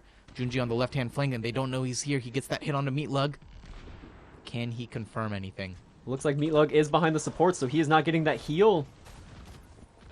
His support's really Caused him to lose the Yeah, flank. there we go. Getting top back off, but they do need to be aware of where Junji is. Looking to pressure him right now. 3 men go for Junji, but unfortunately they're not able to confirm it. He backs off with the Widow hook, Oh, he is getting those headshots off on the Lucio. forcing Team Degenerates into a bad position, wide in the open for him to take these pot shots. Let's see. Oh, And whiffing the hook yet again. Pecans misses unfortunately. the hook on the Widow, but he is seen. Now they are brawling Tron in, gets- and Tron coming in with those kills. Yeah, multiple kills coming in, and the hook landing on a Scarlet, but unfortunately unable to confirm the kill. Setting down Meatlug for a good night's rest. Khan's just in the middle of this, soaking up so much damage. And then again, that aggro Lucio and Tron. All right, This is at 99. This is overtime right here. If we don't see a play from Degenerates. It's got to be huge. Do we have a Reaper ult? No, we do No, not. we do not. That looks like Unfortunately, it. This is map 3 going to Team Scarlet. It looks like that disconnect, really threw a wrench in their plans, kind of shook up their mentality a little bit there. Let's see if they can regroup and, refocus here on what needs to be done. They really need a rally. Now we got a play of the game by Franny. I think this is very well deserved. This really did seal the deal for Team Scarlet in that first round. Oh, yeah, that EMP. That was really good timing. That was a great call on Tron. I think he deserves the play of the game for that just as much as Franny does. Yeah, I mean, definitely a team effort there, but, I feel like those Sombra EMPs never get the credit they deserve, so shout out to Tron for a glorious EMP confirming those 2 kills for his diva. I think that was a massive card for Roadhog on Team Degenerates team. It was 33% damage healed. I think that was really good that's a good show for him as his tanking potential. Yeah, unfortunately I did miss the cards, but I ain't bragging anything. It's unfortunate, but they were back for that second round. Yeah, I think that DC, regardless of, who knows if it shook up the second round, but the first round, it definitely threw them off. I can't imagine any team, as a player, if we just had a DC mid-match and had to switch up a team comp like that, you would have to be in perfect synergy to really make that work so fast. So looking forward into the next map, we got Rialto. Chris, do you think any predictions here? Rialto, I love this map. I don't know how it stands in the grand world of Overwatch as far as respect, but I really like this map, and I think it'll be a really interesting watch. Widow is really strong here. If we can get see Junji popping off, then I think this could really seal it for them, but who knows? Roman Armor, he really comes in strong as a DPS. All right, we got teams just getting ready, getting in position, setting up before we start this map. So Team Scarlet taking 2 maps here, drawing on the second map of Paris. So Team Degenerates really need to come up with they need to regather themselves, think about their plan on Rialto, and come in with a clear, focused mindset. Yeah, they really need something to rally behind because Scarlet just needs one more map win, and they have cinched a 2-0 win for this week of the Saga Invitational Tournament. But we'll see what happens on here. Now, let's see what moves they run. I honestly, Walid, as a player and team captain, what strats do you like to run as a attack? You know, Rialto is a very wide open map. Once you break past that first choke, I've seen a lot of people play Bastion here. There's a couple sneaky spots you can put him that are pretty nice, but it really depends on how well you can hold this initial choke here. Personally, I like to see Wrecking Ball here. There's a lot of spots for him to sneak past and, you know, jump up and go behind the enemy team on attack. So I would like to see Scarlet's Wrecking Ball here, because I think that he could be very annoying with that and cause a lot of chaos in their back line. Yeah, and again, we aren't as familiar with Team Degenerates as we are Team Scarlet, so we really can speculate more on them. But Team Degenerates, I mean, I think they really do hold down strong with these bunker comps. That seems to be their preference so far that we've seen. They just really like to stay in one place. I just realized Team Scarlet is on the defense here, so that is why we would not see a Wrecking Ball here. Oh, that is true, yes. But you know, some interesting comps coming here in here. The Mei Reaper, and obviously, like, very potent combination, getting multiple freezes off with the Mei, left-clicking on heads with Reaper, just melting people. We're looking for the walls to split off the tanks from their support, and we'll see how well they can do here. Yeah, it looks like Team Degenerates is almost a Death Ball-esque comp. Now, Also, Shumpton running that Sigma. Let's see if he feels good to be back in. Yeah, I'd also like to highlight the support picks here on Team Degenerates. Pretty interesting. Got the Baptiste Ana, which are both very effective supports with great utility as well. So let's see if they can get any big antis or some lamps to save the day here. We're gonna wall And there's coming got up a from wall Meatloaf. coming in through. Let's and, see if they're gonna... unfortunately, getting the reload right as the wall comes through, so he's unable to freeze anyone, but it looks like he might be able to push pushing up. around the corner. Still no picks for either team yet, but lots of damage coming out. These shields are all breaking right now, so we'll likely see someone go down very soon. Big halt Franny goes by down. Risa. And Team Degenerates pushing hard. Getting They that res do off get on the her. res onto Franny. See, and the Oh, that's flank coming in flanking with the Mei. Mei. Let's see if Gotta Milo be can careful secure. not Nope, to he get has been flashbanged seen. here. And, you know, distracting the team, putting up the wall. The wall had a double effect. It blocked in that Scarlet Mewtwo's Orisa. You gotta give credit to Meatlug there, doing a great job on that flank, pulling the rest of Team Scarlet's attention to the back. Oh, but Tron coming in with a huge tire. Regardless of what DPS character he plays, he uses those ults to maximum efficiency. He really does shift a fight when it's going against his team. And let's see, Franny That charging in, charge. but getting blocked by the Orisa halt. Or not halt, the... Fortify. Fortify, yes, thank you. And let's see if we can get a fire strike down this corridor, getting some ult charge. She is looking to get that shatter up and running. We do see a small reset on each team as they kind of form up and gather their resources again. Let's see how this next push goes. Looking at the ult economy, we can see that Team Degenerates has charged 3 ults. We're looking for a big play from them here to close out this first point at the part of the map. Now let's see, they do have the Transcendence, so it's really going to matter if they can get that play or not. If they pick off the Kit Kat before she's able to use it, then I think that's going to shift in Degenerate's favor. You know, Team Scarlet doing a great job focusing these shields. With Now that. what do we see here? I think this is the Meatlug going in for the flank Blizzard. Let's see if he does it. Nope, just popping off headshots. Ooh, he should consider the Blizzard. Oh, never mind. Oh, They pop the forced the trans. Zen ult, which is great. This is exactly what they want. Now they're going to use that Blizzard to maximum effect. And there's a tire coming through. Tire coming in big, getting both the tanks. Now the Blizzard would not be used well. Yeah, they're going to have to back off and regroup here. Mei is hiding. It looks like they don't see him stuck in that corner over there. The Reaper coming around. Yeah, interesting that we have that Reaver poke in Oh, that corner big there. pick. Big early pick on from Junji onto Roman Armor. I don't agree with that. Roman Armor, you know, making a mistake there, getting a little eager before his team has a chance to regroup and gets picked off and punished for it.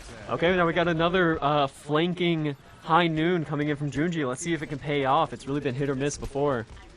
This might be huge. This is a good position. They Don't don't get too see greedy. him at all. He's going for it. Oh, Use it. It's Oh huge my High Noon God. coming in from Junji. Wow, and that final flashbang. Yeah. Look, it doesn't matter, Roman Armor. It's done. So when we did play against Team Scarlet the Oh. other day, we had Junji get 3 kills or more per High Noon whenever he would flank us like that. So it is something he knows those routes. He knows how to sneak past the enemy so where they don't see him coming in. And looking at it once again here, you know, just plays it very patiently. He could obviously, you know, pop off, get some headshots here, but gets on the high ground, gets the High Noon, and punishes them. We got a huge push coming in right now. Oh, and shut down that Roman Armor's. That oh, Huge shatter big coming shatter. That just completely changed. That failure on Reaper's part to secure a kill. And you know, those bongos coming down, amplifying the rest of his team's damage. You got to give credits to Scarlet Mewtwo there. And you Timing almost that saw the same perfectly. thing on Team Degenerate. Pecan's placed down that bongo, but It just got shut down immediately. If Reaper was able to last a second, that might have gone in a different way. They have switched to the ball for the desperation push. They are just running in with a Lucio. They're trying to get on point. They haven't secured a single tick. Now they did get Tantu and both supports down, but Tron again just focusing those tanks. Yeah, looks like they are getting a couple picks here. Can they get this overtime push? They do have spawn advantage. They are a lot closer to the point, so if Roman Armor can just stall a little bit. Now it looks like they got ball on. Pecans is holding out. Does secure the kill on Scarlet. That is huge. Lucio getting those boofs off. They need to stay on this point. Make sure not. Ooh, Tron cannot. Looks like Tantu's the back res in. The coming res on through. Orisa. That is huge. That alone might have shifted it. But Tron dropping down the tire. And getting 2 more kills with that tire. Once Crikey. again, you gotta give props to Tron, man. And every map he's played. Yeah, Tron just holding out until Tantu was able to come in and shift that 1v1 into a 3v1. And just like that, round 1 Closing out the complete. streets phase there, decisively. You can't really argue that. Let's see what Team Degenerates can do here to hold this point. They have to hold it, very hard. Team Scarlet did such a good job in that initial defense there. Now let's see what's going to happen here, because Scarlet is on the attack and Degenerates on defense. Now I think Degenerates, they do play a really solid defense. I think we've seen that in the past couple maps, where that just kind of favors their playstyle a little bit better. Now let's see if they run that Bastion once again, that cheese cancer. Scarlet asking about the 2-2-2 goats. Let's see what they decide. Okay, we got a Wrecking Ball coming in from Scarlet. Just like I mentioned before, Wrecking Ball is very effective on this map. There's a lot of avenues of him to, get behind the enemy team on this attack or on this defense here and just cause chaos. And Scarlet is an annoying Wrecking Ball player. I have faced this many times and it's just a pain in the ass, honestly. We are seeing that submarine skin, which, whether that gives him a home field advantage here in the watery streets of Venice, we'll wait to be seen. But if Scarlet can get off those ball swings on that bridge, then I think it'll be, smooth departure and smooth sailing for Scarlet. I've got to say, this is a very interesting comp coming out from Team Scarlet. We've got the Doomfist, we've got the Bastion. They've got everything. They got bunker, they got dive, they got it all. I mean, they're very little bit of conflicted on everything. their ideas here. oh, but that immediate Tantu. pick onto Tantu, that is going to be a big stagger. That's going to buy them at least 30 seconds. Yeah. Tantu throwing up a smiley face in chat. Walking into I the think trap. it's great because he would have done the same thing. And the Wrecking Ball and Doomfist coming in from the back line. Let's see if this Bastion can get any picks on their Pharah. Roman Armor did get the Junji. The Doomfist is down, and so is Scarlet. Tron just pressuring them from this back corner. It looks like Team Degenerates is not able to answer this Bastion here. Nobody is just, he's picking damage. I mean, he's not adding a whole lot, but it seems to be enough to tilt the fight. Now, Kacie is just pulling out a very, very strong Zenyatta, just getting picks, very aggressive. I think this is what Kacie has been feeling like lately, and I think she's really showing off. This Doomfist ball combo, you gotta give props to them. I didn't expect it to be so effective, but they just came in there and caused havoc. Yeah, they are just, wow, that Bastion. This is looking very favorable to Team Scarlet. I mean, Looking to close it out right now, but the Moira ult coming in, getting a couple picks here. Maybe they are able to hold, and the heal Wazwell coming just really through. staying alive as Moira might be securing it. They have not gotten the point yet. This Moira play has Getting- been impressive. Wow, pushed off Scarlet Mewtwo, and they got the hold. Now let's see if they can go backwards a little bit. They need every inch. Yeah, they really do need to start pushing this back. 2 minutes and 36 seconds on the clock. They do have the ultimate economy on Team Scarlet's side. Yeah, we'll see what goes on. I mean, if they got that Bastion ult, it's going to be dangerous. But it looks like they have seen Junji. They do know the flank is going to happen. Almost 6 full ults charge here for Team Scarlet, so if they can just drop those mines on the point and just push it on in. That is huge. If they've gotten down the Roman Armor, the Bastion. He was hiding off in the courtyard. They did push out the The Scarlet. Bastion ult coming Ult. through, seeing if they can get any picks, but the Zen ult coming here to counter. That's a good play. Gonna That's have a to be good a play. direct hit to get any pick here, but it's And not did not enough. do anything, but now we are seeing the junk tire come in from Team Degenerates. Let's see if it's able to secure anything. It was not. And In they fact, it Do let backfired. Tron get in this Bastion mode, or in this Sentry mode back here. Now let's see if Ball can make it out of there alive. It looks like he is 4 being picks pressured. That coming is, in. I think that's it. Yeah, I think that's gotta be it. Team Scarlet closing this out decisively. Very close map, but that is the end of the Overwatch segment. I think we see Team Scarlet come away with a 2-0 victory today.